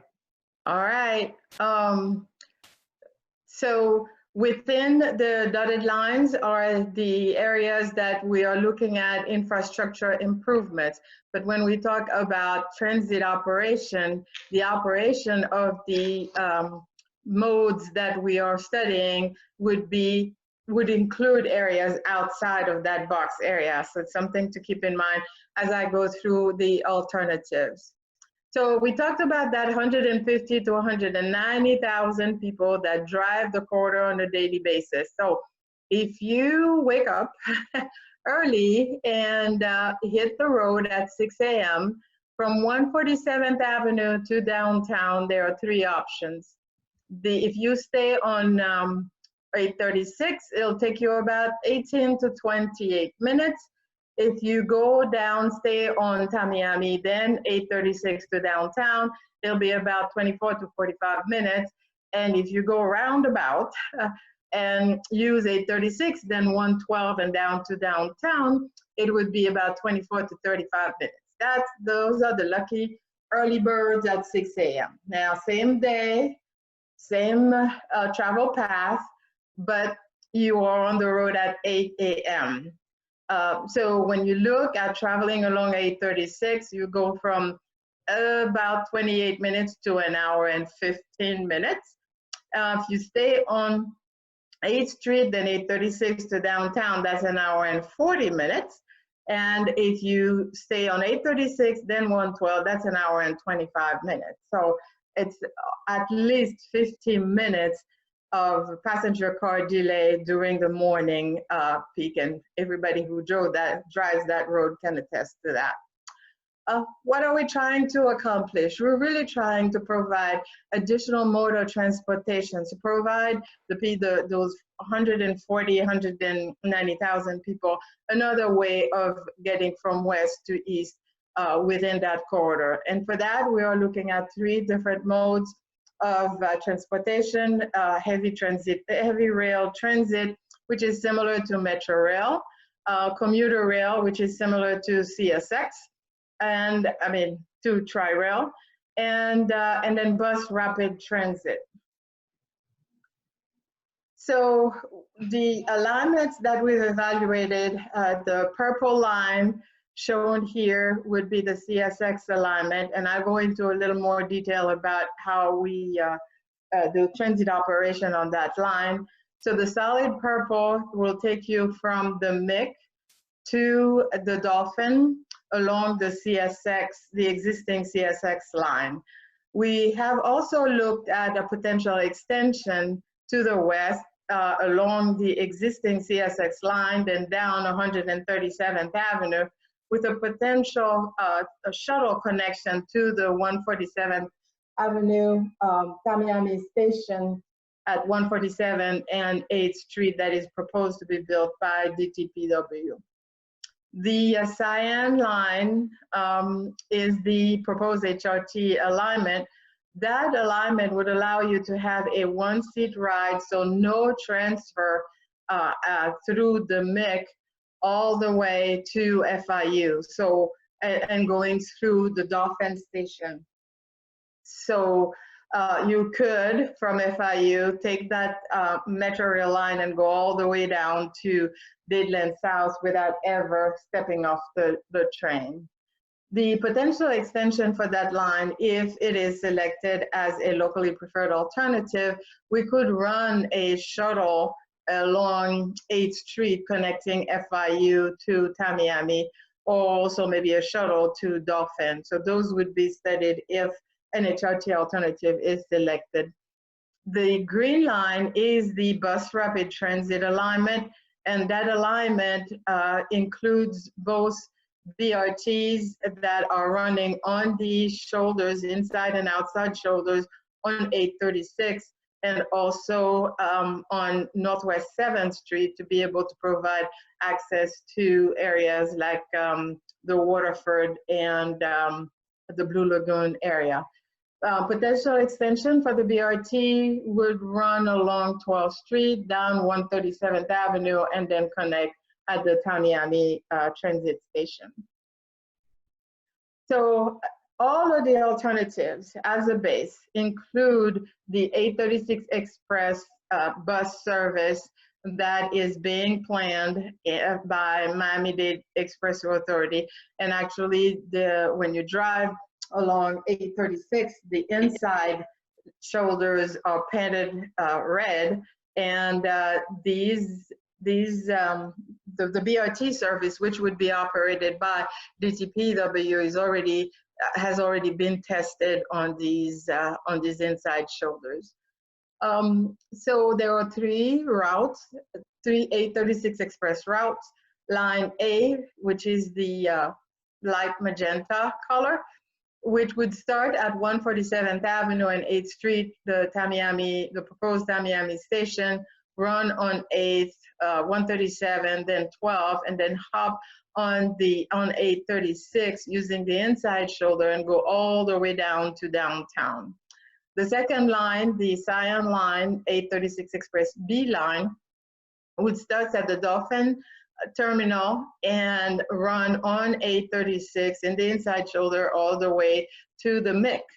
And the third line, actually to downtown.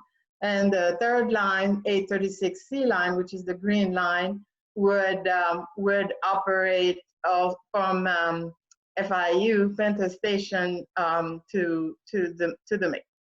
So these 3 lines would operate all day, 15, 20, 30-minute peak off peak, and would be point-to-point service. There would be no stops in between. So If you take the pink line, for example, which starts at Tamiami and ends downtown, there is no stop in between. You hop on at Tamiami and you get off at downtown and vice versa. These 3 routes are included in all the alternatives that we have studied, regardless of the mode that we are studying. They're actually our base transit system. So looking at alternative 2, the bus rapid transit, the service is connecting all of the major activity centers along the corridor, and from Tamiami all the way to downtown. Now, as I explained before, the infrastructure improvements are between the Dolphin Station and the MIC. So that's where we would place new transit stations. They are highlighted with the red dot and the S, the white S.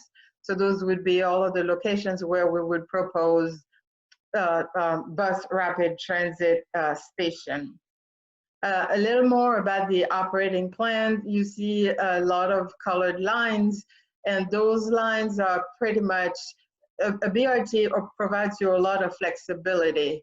It's a service that you can modify as time goes based on your demand. So what we did here is connected the dots, for example, between FIU and the MIC, between FIU and downtown, and then the Blue Lagoon area as well on 7th Street, providing access to Mall of the Americas and connecting ultimately also to the Dolphin Station. So this table provides a more in-depth view of what those operating plans would be for each of the line, for each of the BRT. The top 3 lines are the 836 Express, and in addition, that would be running in the inside shoulders. In addition to that, we would have the three lines shown here that would provide the service as identified in the previous map. What would it look like on 836? In the middle, you see those 2 yellow boxes. Those would be the 836 Express in the inside shoulders, and the red boxes on the outside would be the BRT that we have shown in the previous slides, the BRT that we're proposing, and those would be running on the outside shoulders. So there would be no reduction in the number of lanes on 836, and all of the improvements would be to the shoulders. Some of the interchanges will be modified to allow for direct access to the transit station and also for bus-only ramps. On 7th Street, we have pretty much 2 options. What we're showing here is 7th Street has 2 lanes in each direction. So we would repurpose 1 lane, the curbside lane, to provide BRT service only. Now, in areas where we have enough right-of-way, we could have, we could modify the median to keep 2 lanes in each direction and have a 3rd lane in each direction to accommodate for the BRT. The heavy rail transit alternative, as I mentioned, would provide for a 1-seat ride from Panther Station at FIU through the Dolphin terminal along 836 with stations at each interchange, and then a connection through Miami-Dade Intermodal Center and all the way down to Dadeland South without ever leaving the train. And then potential extension, if the HRT is selected as the locally preferred alternative, could be extended to Tamiami Station.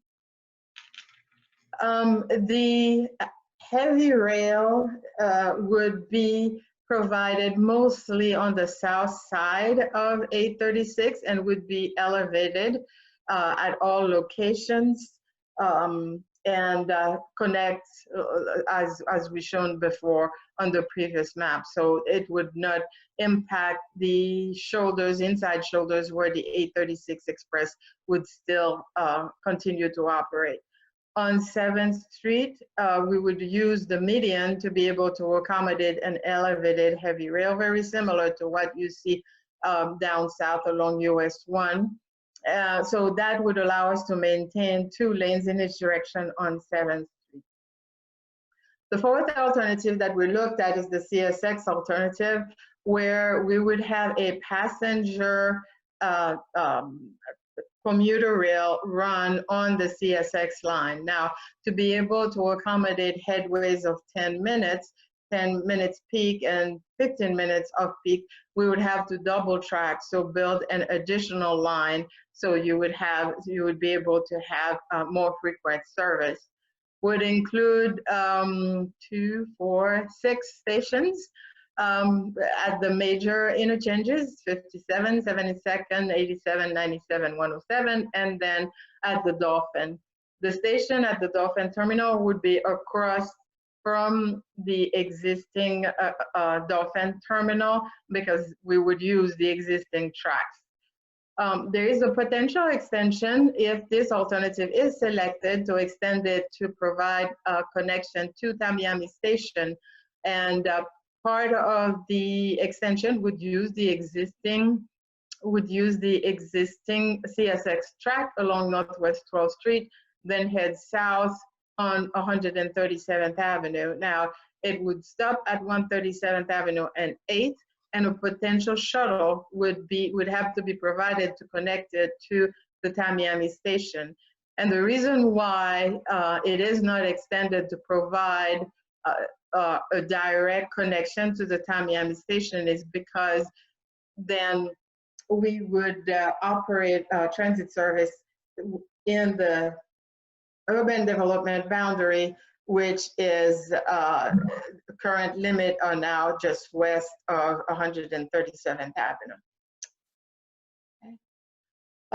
What it would look like, it would be at grade, of course, because the existing CSX line is at grade.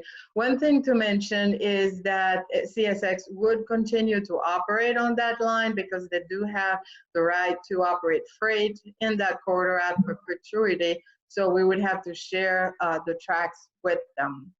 The stations would be very similar to what you see with Tri-Rail, so with an overhead walkway providing access to the line, so you don't have to cross the line at grade. The fifth alternative is a hybrid alternative, so it includes both alternative 2, which is the BRT alternative, and alternative 4, which is the CSX alternative. And the reason why this one was developed is because the corridor has pretty much 2 different personalities, right? On the north side, you have more commercial, office, industrial uses, where on the south side, you have more residential, the malls, and then also office. So by combining those 2 alternatives, you serve 2 different markets. The operation, the transit operation would be very similar to alternative 2, the BRT, and then on the CRT line, it will be similar to alternative 4, a true combination of the 2 alternatives. So to be able to come up with the recommended alternative, we use a series of criteria grouped in 3 buckets: cost and implementation timeframe, mobility, social, and physical. So I'll go through the items on each of the boxes and provide you with the results of the alternative.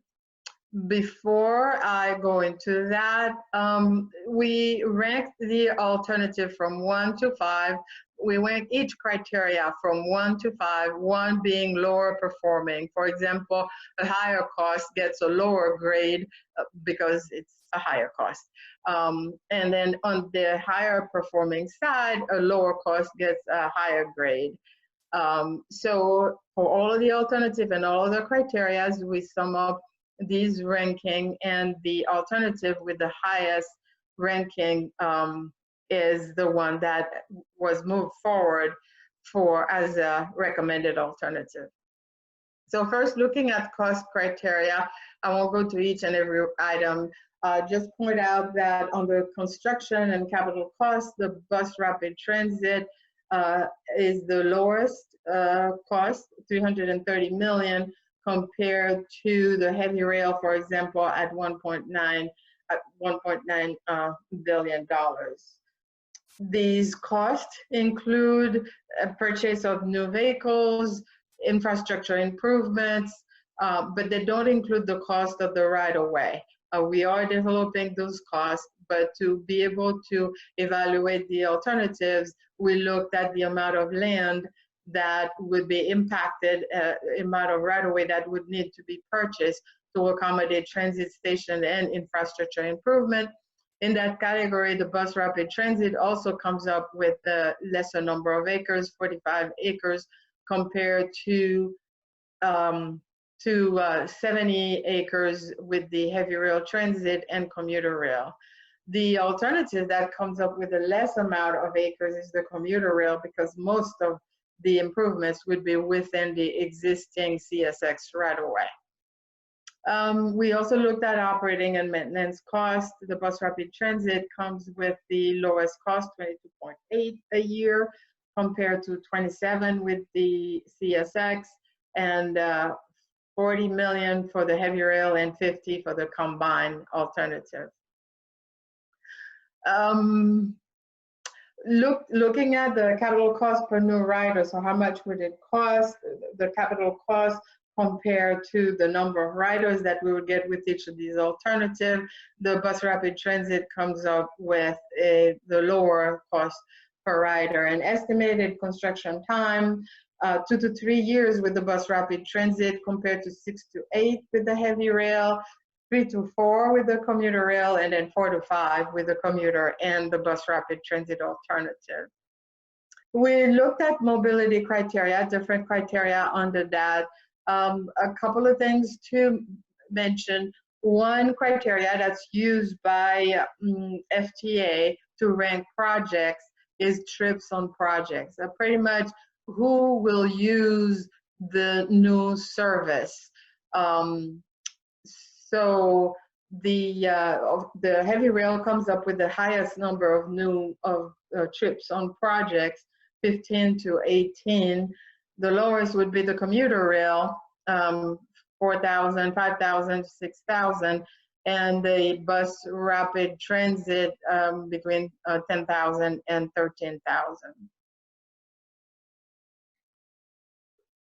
One more point on this is the ability to provide a direct connection, an additional direct connection to downtown. So when you look at the bus rapid transit and say you're at FIU, you have an ability now to hop on a BRT and never leave that BRT and end up in downtown Miami, and you can do the same with the heavy rail. When you look at the commuter rail transit, if you're at FIU, you would have to take a BRT or a bus that gets you to a station at 107th Avenue and then hop onto the commuter rail at that station, and then another transfer at MIC to be able to go to downtown. So that's when you look at mobility criteria, that's a pretty heavy factor. We also looked at transit travel time. As we pointed out before, it takes you about an hour to go from Dolphin to downtown during peak period.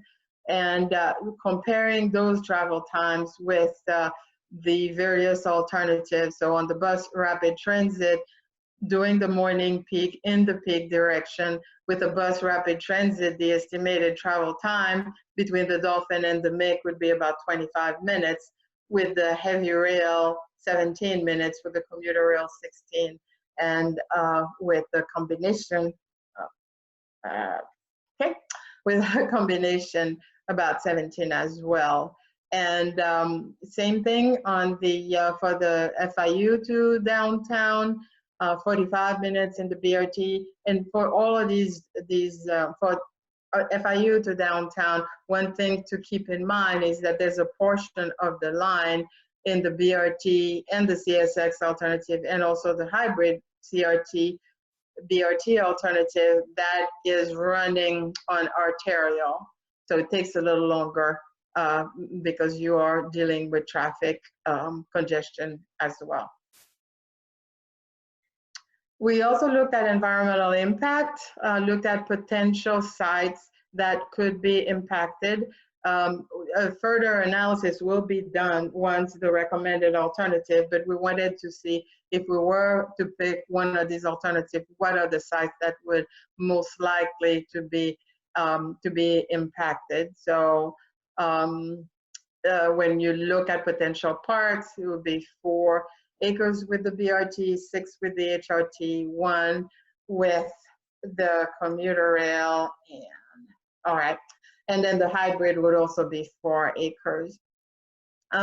One of the items that we looked at the bottom would be construction impact based on the number of years that it would take to build the different alternatives, but also the location of that construction. The heavy rail, for example, would be mostly on 836 and elevated, so there'll be a lot of bridges to be constructed in a longer period to build those bridges, so that's why the impact was deemed high. So looking at all of these criteria, the recommended alternative that we're bringing forth is the bus rapid transit. And a quick summary for each of these criteria. On the cost criteria, it's the most affordable one. It's 80% less expensive than the HRT and 35% the cost of the CSX option. It has the lowest cost per new riders than the other alternatives. It has the lowest construction time, 2 to 3 years. On the mobility side, it moves a comparable amount of people, car and transit, so throughput in the corridor. Similar to the HRT, it does provide an additional 1-seat ride to downtown and has the most competitive travel time from FIU to downtown. On the environmental effects side, it has minimal noise impact. The HRT is elevated, so a little more noise. And the BRT would be running on the outside shoulder, inside shoulders on 836, so away from residences, which usually are identified as noise-sensitive sites.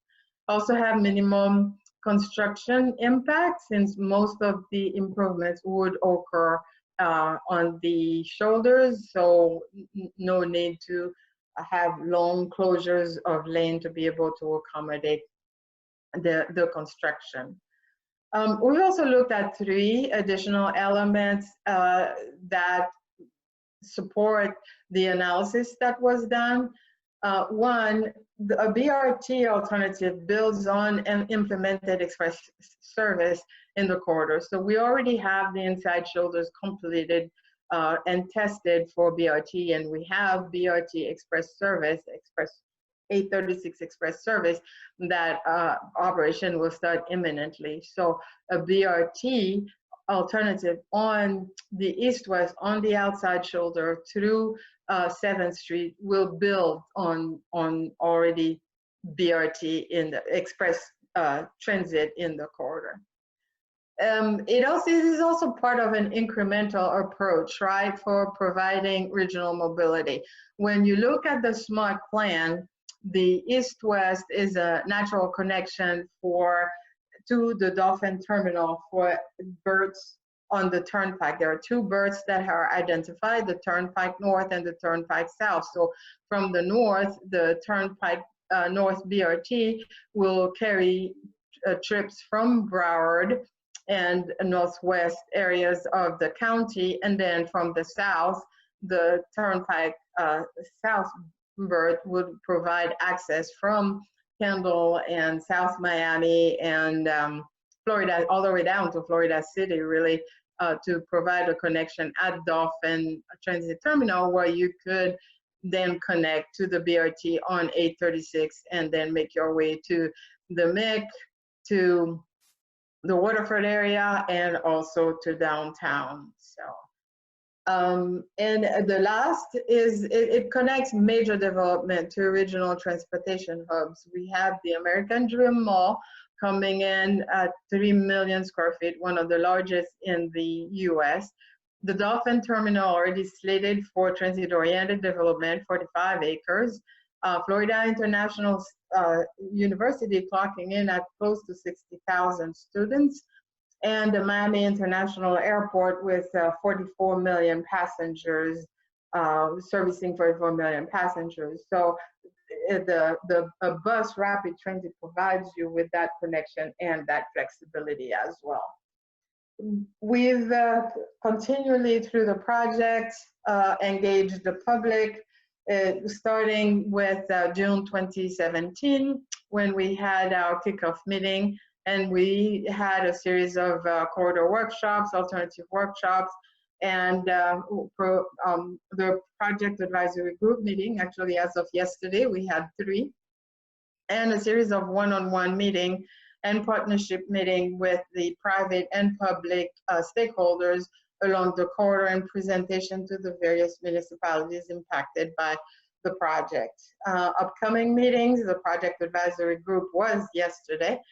But we will continue one-on-one meetings virtually, and going to the TPO subcommittee, you're the first one, and culminating with the TPO governing board meeting on the 23rd of April. Schedule-wise, we are more than halfway through. We are, of course, at the point where we identify the recommended alternative, and then we can, once the locally preferred alternative is identified on the 23rd of April, then we can start the NEPA process, developing the preliminary engineering report, which a draft has already been developed and is being reviewed by DTPW. And then go back to FTA to ask for a class of action, the type of environmental documentation they would like to see on this. And that would take us to winter of 2021, where we would have pretty much wrapped up the NEPA process, and we would start the final design. At this stage, that concludes my presentation, and I'll turn it over to you, Dr. Carnegie. Thank you, ma'am. Great presentation. You're very welcome. And I'm going to open up the Q&A. Keep your mic on, Marie. And let's see, I don't see any show of hands here. So let's start off from the bottom up this time. So we'll start off with Naomi. Naomi, are you still with us?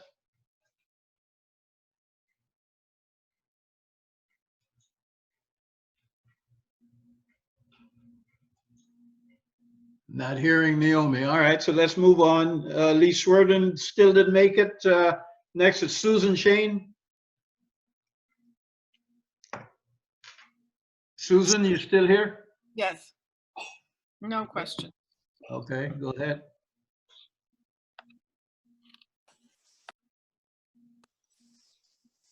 Susan? No questions. Oh, you said no question. Sorry. Dr. C, if you don't mind, it's Alan. Can you please tell us who the representative of CTAC is for this district, and perhaps let that person give us some comments before we continue as to what they felt about the presentation and what they feel about the project? Oh, you mean the person who's involved with the SMART plan for the East-West? Exactly. Is that person there? Through the chair. Yes. Through the chair. Paul Chance. That person is no longer with CTAC anymore. When Mai Child came on, she maybe a second meeting. I think the chair at the time, Fishman, had appointed her to go to one of the meetings. And I believe she attended one of the meetings, and that was about it. Thank you, Chair. Thank you. So good point, Mr. Fishman. So Maria Child, would you be able to offer any opinion or comment? Well, Well, just as a correction, I haven't gone to any meeting yet, although I'm happy to attend any future meetings. As a matter of fact, one of my questions was, I couldn't quite understand like all these sinewy lines. And so I'm a little confused. In terms of the preferred alternative, I understand that BRT is the preferred alternative, but are the corridors basically on 836 and Northwest 7th Street? Or are there more in the preferred alternative?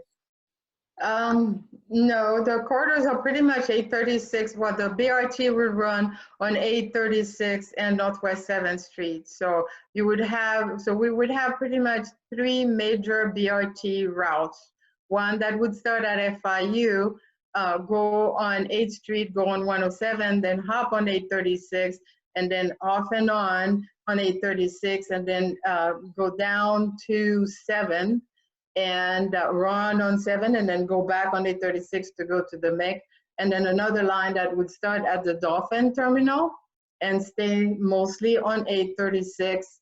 And then another one that would start at Tamiami and go on 8th Street, 137, and then stay on 836, yes.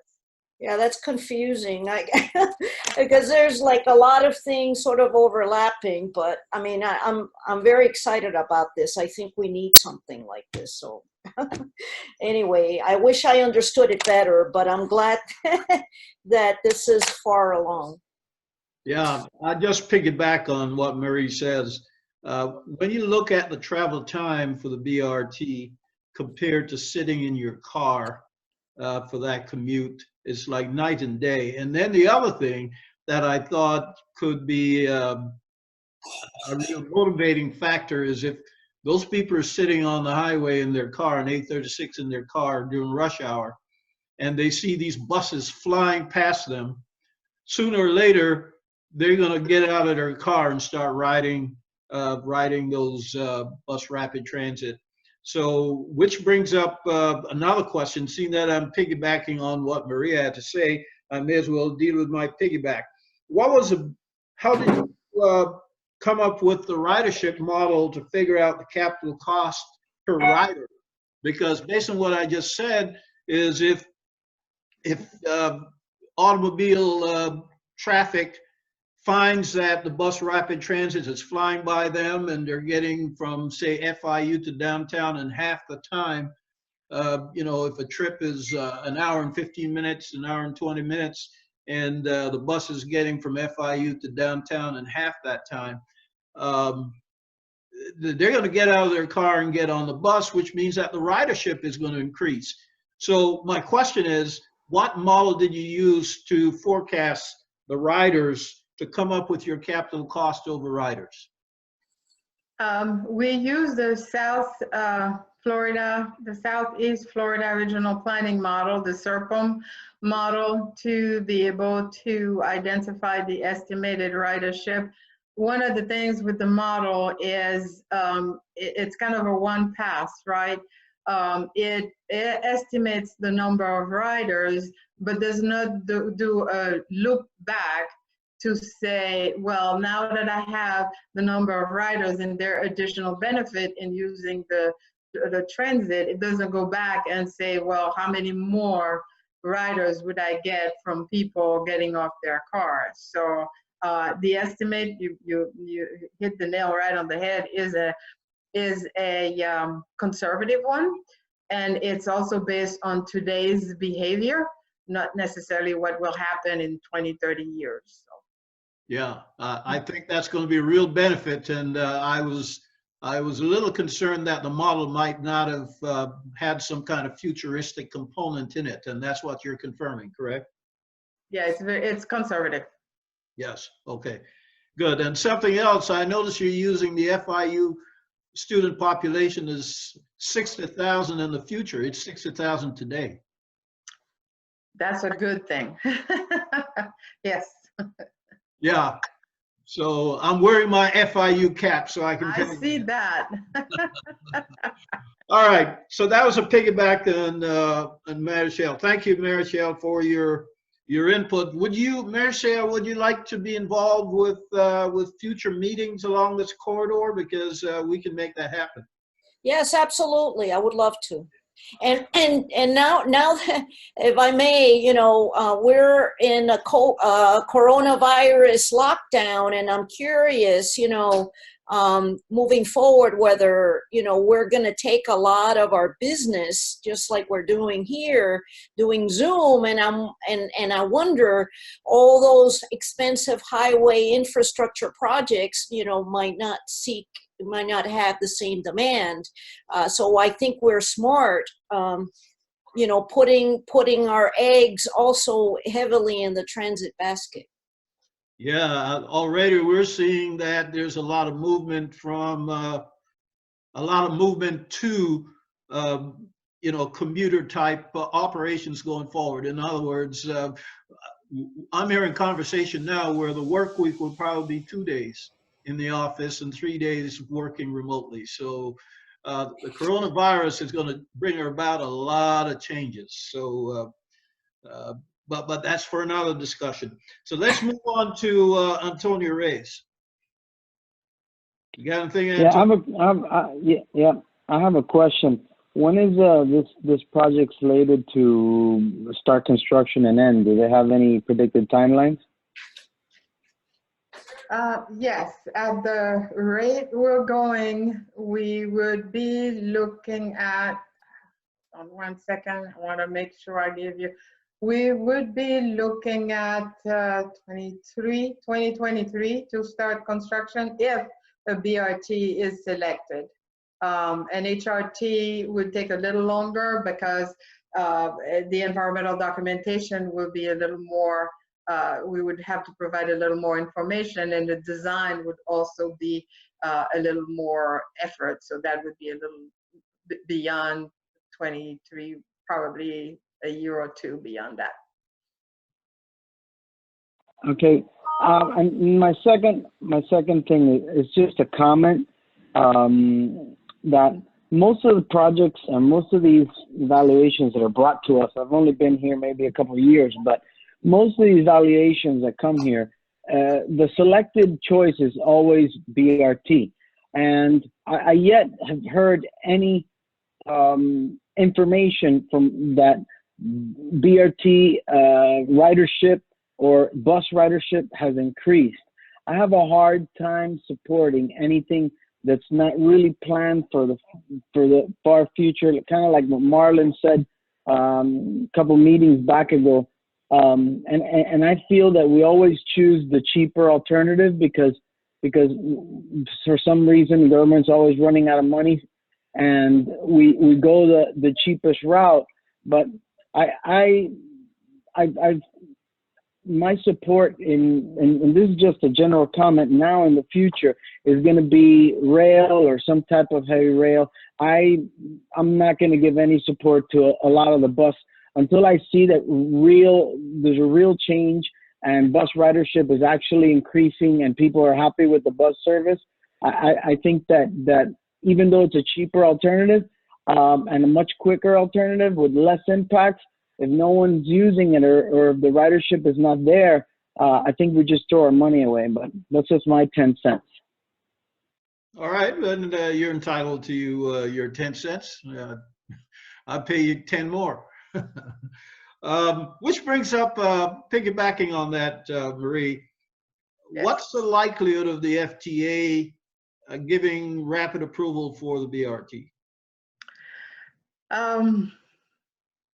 So where this project falls into right now, for example, the BRT would, if refined and the cost brought back to around 300 million, including right away, we could submit for a small start application, and those go a little faster than a new starts application. And for a small start, you also have less competition. It's a more competitive project. Compared to a heavy rail, for example, like for this quarter, which would be a 1.9 billion, the process would be longer. And one big thing, it's not only the FTA approval process for full funding grant agreement, it is also the higher the cost, the higher the percentage, what's the word I'm looking for? Contribution from the local. FTA does not give you 100% of the money. And actually these days, it's more around 50% if you are lucky. So the higher the cost of the alternative, the higher the locals would have to be put in, and or other sources of funding would have to be brought in. All right, good answer. Well, I have a follow-up. So Fairbox contribution to these, let's say the heavy rail and the BRT, what would be the likely Fairbox contribution? The reason why I asked that question, especially going through this coronavirus situation right now, and them giving away trillions of dollars, it's likely that they could come back at some future point, the federal agencies, FTA and others, in cutting back that support, which means that the 83% that we're getting right now in subsidy would probably become 60%. And if that happens, the Fairbox got to go up, or they're going to have to jack up the ridership contribution to that. So how is that factored into the evaluation? So right now what we're doing is putting the documentation to be able to get a capital improvement grant from FTA. So part of that is also the financial part, which would be how will you be able to maintain operation? Do you have enough funds to maintain operation of the service and keep it in good repair? We have not done the financial evaluation. Actually, that is the part of the project that we work together with the TPO on developing. So I don't know, Fernando, if you want to add to that, Francisco, if you want to add to that. But at this stage of the game, we don't have an analysis that would be able to show what the Fairbox recovery would do. Well, I mean, we need to do a stress test on funding, because we're going through some tough times here, and you better anticipate that the feds are going to be cutting funding for a whole bunch of programs going forward. That's a conversation with the TPO, who would be doing the financial analysis on this. And he's on the line, isn't he? So can I hear a comment from him? Yes, this is Chris Rosenberg. Our financial plan is definitely going to be stressed. Obviously, the COVID-19 impacts will be impacting the federal government contribution, as well as our local resources. TPP half cent tax is going to take a massive hit. Obviously, we're not our service industry. All of the payments that are being collected in the envelope of our smart corridors are going to be decreasing. So we're going to have to take a deep dive and take a look at what this is going to do to our local revenue, or even considering a federal contribution. Dr. Carnegie, absolutely. Yeah, I'd be very concerned about that. And I would suggest that it's going to force the county to start looking at other ways of raising indirect funding for your transit operation, and not relying on Fairbox, which is what, about 13 or 14% contribution right now from the Fairbox. So and that's direct Fairbox funding. I would suggest that you start looking at your strategic plan, given all of these circumstances, to start figuring out maybe raising another 20%, I would suggest, as a minimum, from other non-direct transit services. Like, you may want to start looking at some of your ordinance for advertising and start plastering all the walls and the ceilings and all of the stations and all of the buses, get some advertising revenue, as an example. Through the chair, Dr. Carnegie. Yes. I just want to remind everybody we're a little after 8 o'clock and we still have another presentation to go. And I believe that this presentation will be asking for a resolution or something. So just a friendly reminder. All right. I haven't looked at the clock in a while because I took a deep dive in this. I appreciate that. And thank you for that reminder. Any quick response from the DPW representative on what I just said? Or you may want to take that back to your leadership. Hello? Is it Chris? It's Francisco. Yeah, this is we're definitely going to look at the financial aspect of that very closely. All right, thank you. As Mr. Chance just reminded us, is there anyone else with any pressing questions? As he's indicated, and I agree, we need to wrap this item up. Any other? Through the chair. So I had not been given an opportunity to speak. Well, I just asked for input, so if you want to go ahead. Well, thank you for the floor, Mr. Chairman. And I have a particular interest in this corridor, obviously, being the Planning and Zoning and Economic Development Director for Doral. Doral probably has about 2/3 of this corridor on the northern section, with the other third being, Sweetwater. To the south is the county in Sweetwater. We currently have this corridor on our comprehensive plan as a transit-oriented development corridor. We are looking forward to commuter rail along the CSX tracks, and we have several rezonings that we'll be looking forward to that I'm sure are not calculated in these calculations. There'll be thousands of units of residential. There'll be hundreds of millions of dollars of commercial. And I'm interested, even just in the major developments, I don't see anything about Dolphin Mall. It showed future, I don't know what it's called, Mall of America or Mall of the Century or whatever they're calling it now, but Dolphin Mall currently is one of the top 3 malls in the nation. And Miami International Mall, which is very close to it, is both owned by Simon Corporation now.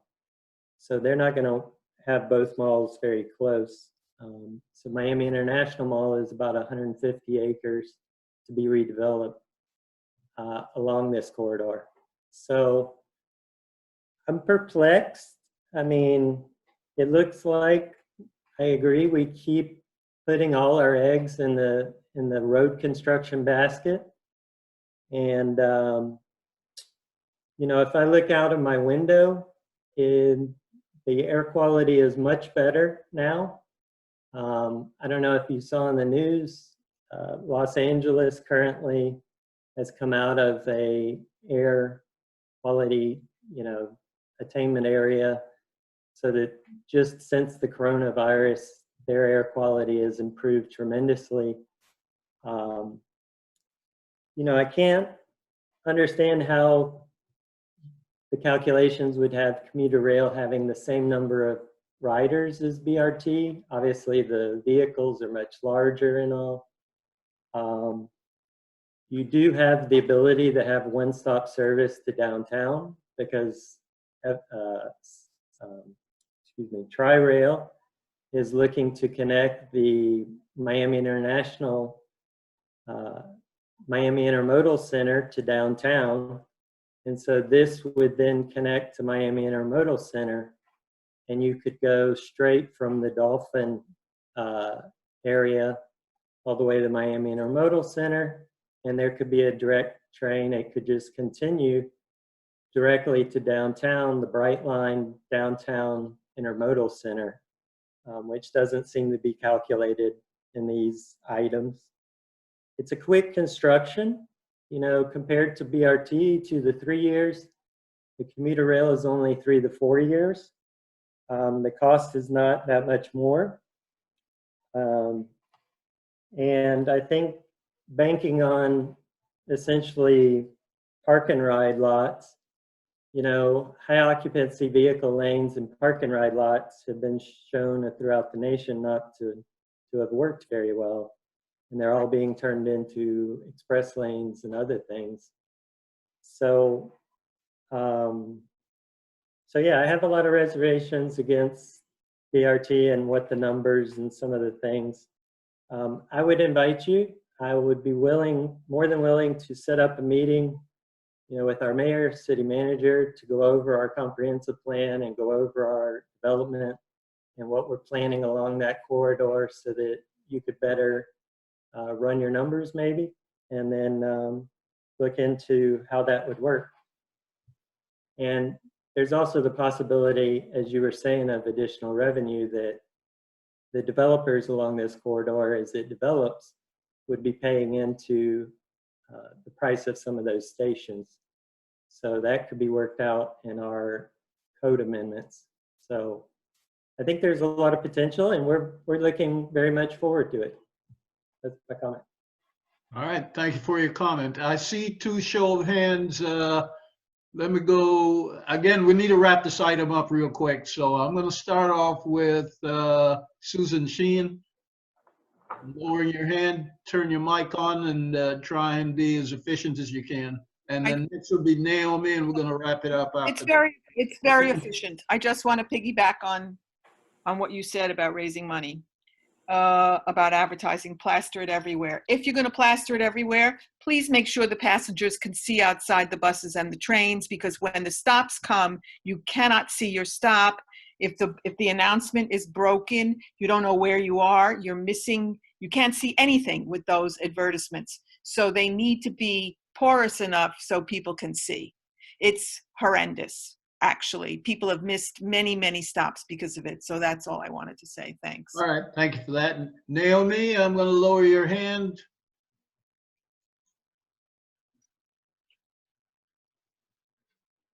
Is Naomi's there?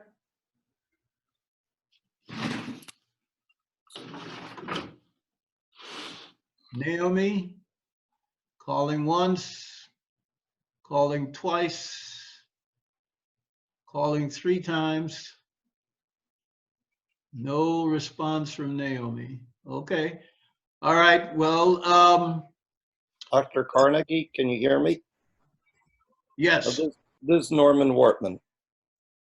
Yes, sir. Is it going to be real quick? I need to wrap up the item. As quick as I can. I've been involved with this for the past 2-3 years on the committee.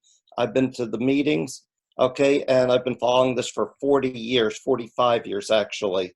Okay, number one, this alternative, the bus rapid transit, is half of the actual plan. The first part, alternative 1, the no build, includes the express from West State to downtown. We have to stick to this item.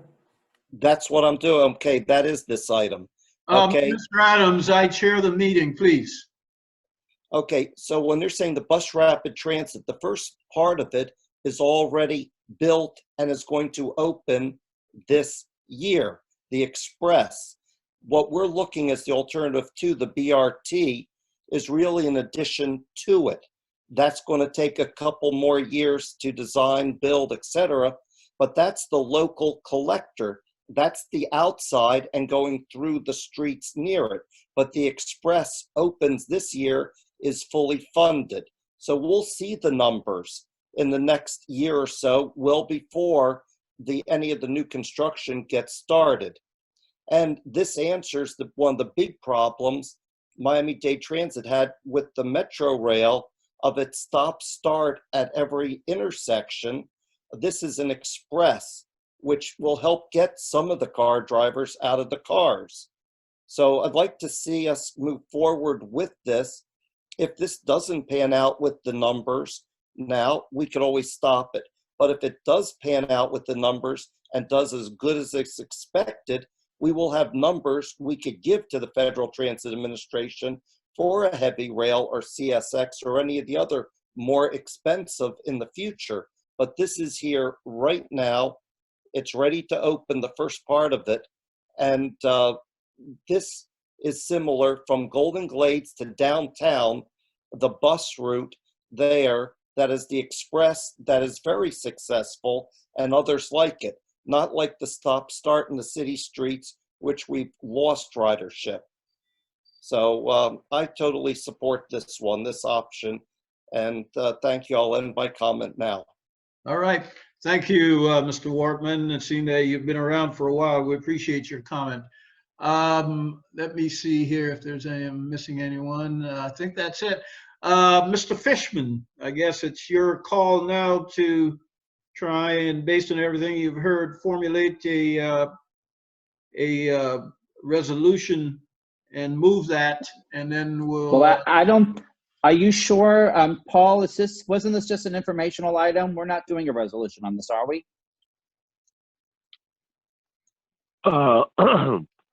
This is an information item, but this is part of the smart plan item. It is up to Francisco if he would like to request a resolution, and that is up to the project manager. But like I said, it came as an informational item, and then therefore it could go for action, or you can vote for a resolution or not vote for a resolution. It's up to the committee. All right, let's hear from Francisco. So we've been working very fast, and I believe that when we first started to decide to come to you, we weren't fully ready to show you a recommended alternative. Luckily, we've broke our backs and come to a recommended alternative. So that is what we've brought to you today. We would want your support. We would definitely, we're going to go to TPO on April 23rd to present this recommended alternative and ask for them to select it as their locally preferred alternative. So if at this point the CTAC would be supportive of the BRT as our recommended, we would definitely appreciate a resolution. Yeah, that's what was driving my position towards a resolution. I saw that April 23rd date, and I figured you'd want some support to take to that. So, so Mr. Fishman, you heard that? Okay, so with that being said, to throw it onto the table, and I'm not necessarily voicing my opinion on this until I hear the, I guess because we're now calling on a resolution, it would be that the CTAC hereby supports the East-West Smart Plan Corridor proposal as submitted today as its locally preferred option. That would be the resolution that I would make. And then we have to have discussion. I'd like to hear from, we heard from Norman, and that's very influential. Mr. Chair? I'd like to make a resolution for the commuter rail. Well, hold on a second there. Please, I need some order, Mr. Adams. There's somebody else that had the mic. Francisco, please. I did want to address Mr. Adams' concern over potential. Hold on, through the chair. Francisco, hold on, through the chair. Yes. Now, there was a motion made by Alan Fishman. Was it seconded? No, but Francisco had the mic and he wanted to say something else in response to Mr. Fishman, so I allowed him to say that. Before he made the resolution?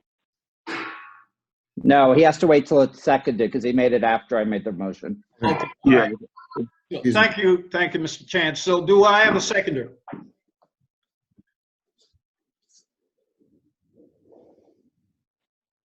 Hello, do I have a seconder?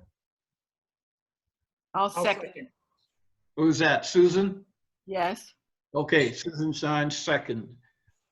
All right, so we're open for discussion now. And Francisco, you were finished, correct? No, I was going to address Mr. Adams' comments in regards to future TOD projects in the city of. Okay, so all right, but let's deal with what's on the floor right now through the chair. Okay. You have a motion and it's been seconded. Any discussion on the motion? Yeah, but I thought he wanted to add something else because of Adam's question. So I think that's important for the discussion, isn't it? I think that's outside of the resolution that was just put on the floor. All right.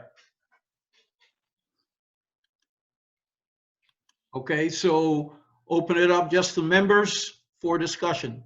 So let me see here. I see Mr. Adams, his hand is raised. Go ahead. So I don't mind, and I think it's good for us to make a resolution. I think we've done it on all the other smart corridors recently. And I know at least maybe one other corridor, we made a resolution suggesting 2 alternatives. So I would also throw that out there as just a discussion item, is possibility of throwing back, a BRT and commuter rail option as to be further studied. So that's my only So are comment. you suggesting a friendly amendment?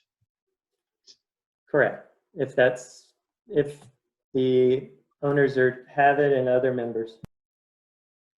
Mr. Fishman, how do you handle that? I would rather take, I guess, a vote to see, I think it's 2 different motions. So I think what I would rather do is go with the resolution that was proposed. If that is voted down, then we can let Mr. Adams make his own resolution to have both items so that because that's a completely different resolution. That's not like a little friendly amendment. That's a totally different resolution. So I think we should, that since mine was seconded, I guess we should vote it. And I'm not, there's no hard feelings. If the membership voted down, then we could go and let Mr. Adams make his proposal and we'll see what happens. Because quite frankly, we don't always have a recommendation. I know with the beach, I don't believe we came out with a recommendation other than we weren't happy with the recommendation that came in and they needed to redo it. So I don't know that, and I don't know if we necessarily had dual projects. I think we either approve it or we don't approve it in the past. Dual project, I'm not sure about, but I think we should vote on my resolution because it's been seconded. If it's voted down, I'm fine with that. And then we can have Mr. Adams make his resolution. And if that's voted down, we'll have to go to a third resolution. But I think we need to do one at a time. I'm sorry. I agree with that. And you being our legal counsel, I'm relying on you to provide some guidance on this legal process here. Okay, so Dr. Carnegie, through the chair, just for point of clarification, you're rejecting the friendly amendment, correct, Mr. Fishman? That's what he's saying. Yes, that's a separate item. So if there are no agreed. Yeah. So if there are no, I don't see any hands, no other comments. So why don't we call the question in the interest of time and roll call. Roll call, please. Alexander Adams. No. Mai Chow. Mai Chow. Yes, but I'd be interested to hear what the TPO expert has to say on the matter of the rail, commuter rail. Alan Fishman. Yes. Alan Fishman. Yeah, he's a mover. Paul, is it possible that we can hear from the expert on this as part of the discussion of the resolution before we call the question? The chair already called the question. We're going through a vote right now. Then yes. Okay, fine. Okay. Susan Gouache. Yes. Benjamin Hendrick. Yes. Jasmine Johnson. Yes. Marlon Kelly Sr. No. Antonio Reyes. No. Susan Stein. Yeah, she seconded. Susan, you there? I have to say yes. Okay. Okay. Lee Swerlin. Naomi Wright.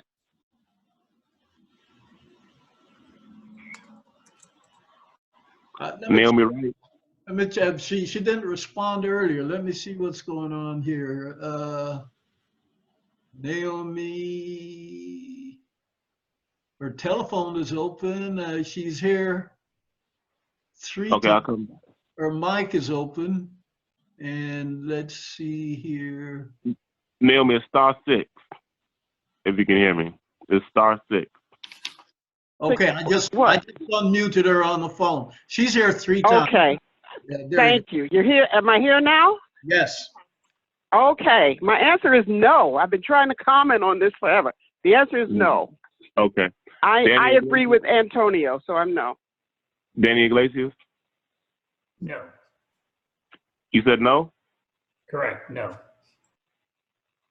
Dr. Claudia Carnegie? I say yes. Okay. We have 1, 2, 3, 4, 5, 6, 7 yeses, and 1, 2, 3, 4, 5 no's. So the yeses have it passes. So the item passes. All right. Well, thank you. This is a parliamentary process, so we go with the numbers. So the item passes. Thank you, everybody, for your time. All right. Thank you. And we're moving on in the interest of time to item 10, and that is 2021 to 2025 Transportation Improvement Program. And Christopher Rosenberg, Miami-Dade TPO Finance Manager, is the presenter. And let me see. Thank you, Dr. Carnegie. So I will start out today. I'm going to be sharing my screen, but I'd like to preface my presentation by letting you all know that I do not require an action today. This is an introductory item. So I will be showing you, sharing my screen now. Let's see. Hold on a sec. I need to give you, there you go. You have it now. Okay, thank you, Dr. Carnegie. Let's see. Great. And when you finish, Right. just click the red button to give me control. Yes, sir. So what we have in front of you today is the citizens version of the Transportation Improvement Program for fiscal years 2021 through 2025. It's a 93-page document that is a shortened version and representation of our 1,400-plus page document of the Transportation Improvement Program. Our presenters earlier alluded to our core federal requirements. This is one of our core federal requirements as the TPO.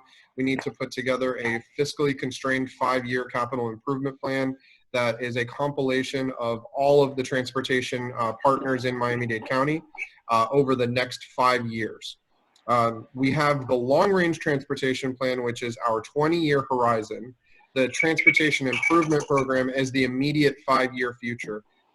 So what the document I've presented to the committee today is the citizens version. And I'd just like to remind this committee, for the new members, this document is not a federal requirement in itself. It is an enhanced process improvement that was brought together by this committee several years ago.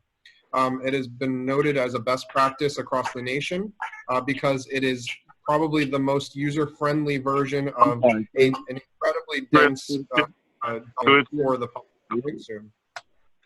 To the chair. Yes. Yeah, can you mute everybody, please? Because we are recording this. Yeah, where did all that noise come from? Hold on a second here.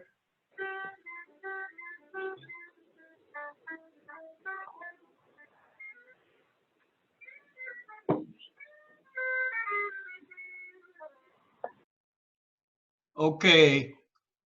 So Okay. can you mute now, Chris? Yes, I'm unmuted. Thank you. So just to wrap things up really quickly, this document, as I've stated, is not a federal requirement. It is a best practice from the Citizens Transportation Advisory Committee. So this is a product that you all created. This is our current version. We do this every year. And again, we're not seeking an action today. What I'm doing is I'm introducing it to you so that you have a review period. We will be bringing this item back next next meeting, along with the full transportation improvement program. So this is kind of a sneak peek. What we're going to be doing is we will start our public review period, which is federally mandated, on Monday. That's a 45-day public period for anybody in the public to send us comments on the full TIP. But this will also be a partner document to that full document. And just to walk you through it really quick, every single section of this document was compiled from our partner agencies: FDOT, Miami-Dade County Department of Transportation and Public Works, Aviation Department, Seaport, SFRTA from the Tri-Rail. Everybody put in their highlight projects that they would like the public to know about, what's coming up in the next 5 years. And at the tail end of this document are some of the projects that are under construction, and then a section that talks about the projects that were completed over the last year. So that's in a nutshell, really quick walkthrough of this 93-page document. But I asked the committee, take your time, go through it. I'll be coming back to you in about a month at your next meeting to hopefully seek your endorsement through a resolution. So if you have any questions temporarily, let me know, and anything that you have in your review period, please send to me, and we'll get that implemented into the document. Thank you. Thank you, sir. And I got control, so let's see. Are there any questions? I don't see any show of hands. Any questions or comment? Through the chair, I just want to let everybody know you can email me if you have any questions. When you look through the document, just please email me, give me a call if you have any questions, and then we'll make sure to get the answer to you. We have 30 days to review the document, so please take your time, look through the document. Any questions that arise, email them to me. We'll get back to you. So by the time we get back to a full presentation, all questions should be addressed. Thank you. Okay, so with that said, we're short-circuiting questions here now, Paul. Is that the implication? That is the implication. All right, thank you. Well, then we'll move on to the next item, which is public comment. I don't believe there are any public to comment based on this list. We had Hamilton. I don't know if he's still here. He had a comment earlier, so this is the time to make his comment. Okay, let me see if he's still here.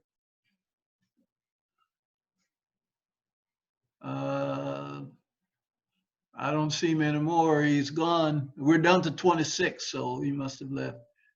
Okay, so no public comment. Let me just make absolutely sure.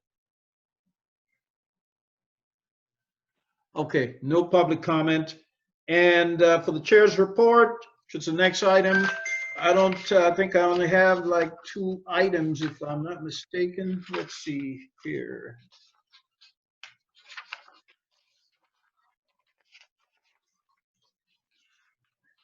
Yeah, the next CTAC meeting will be held virtual on Wednesday, May 6th. So I guess we'll be using the same platform.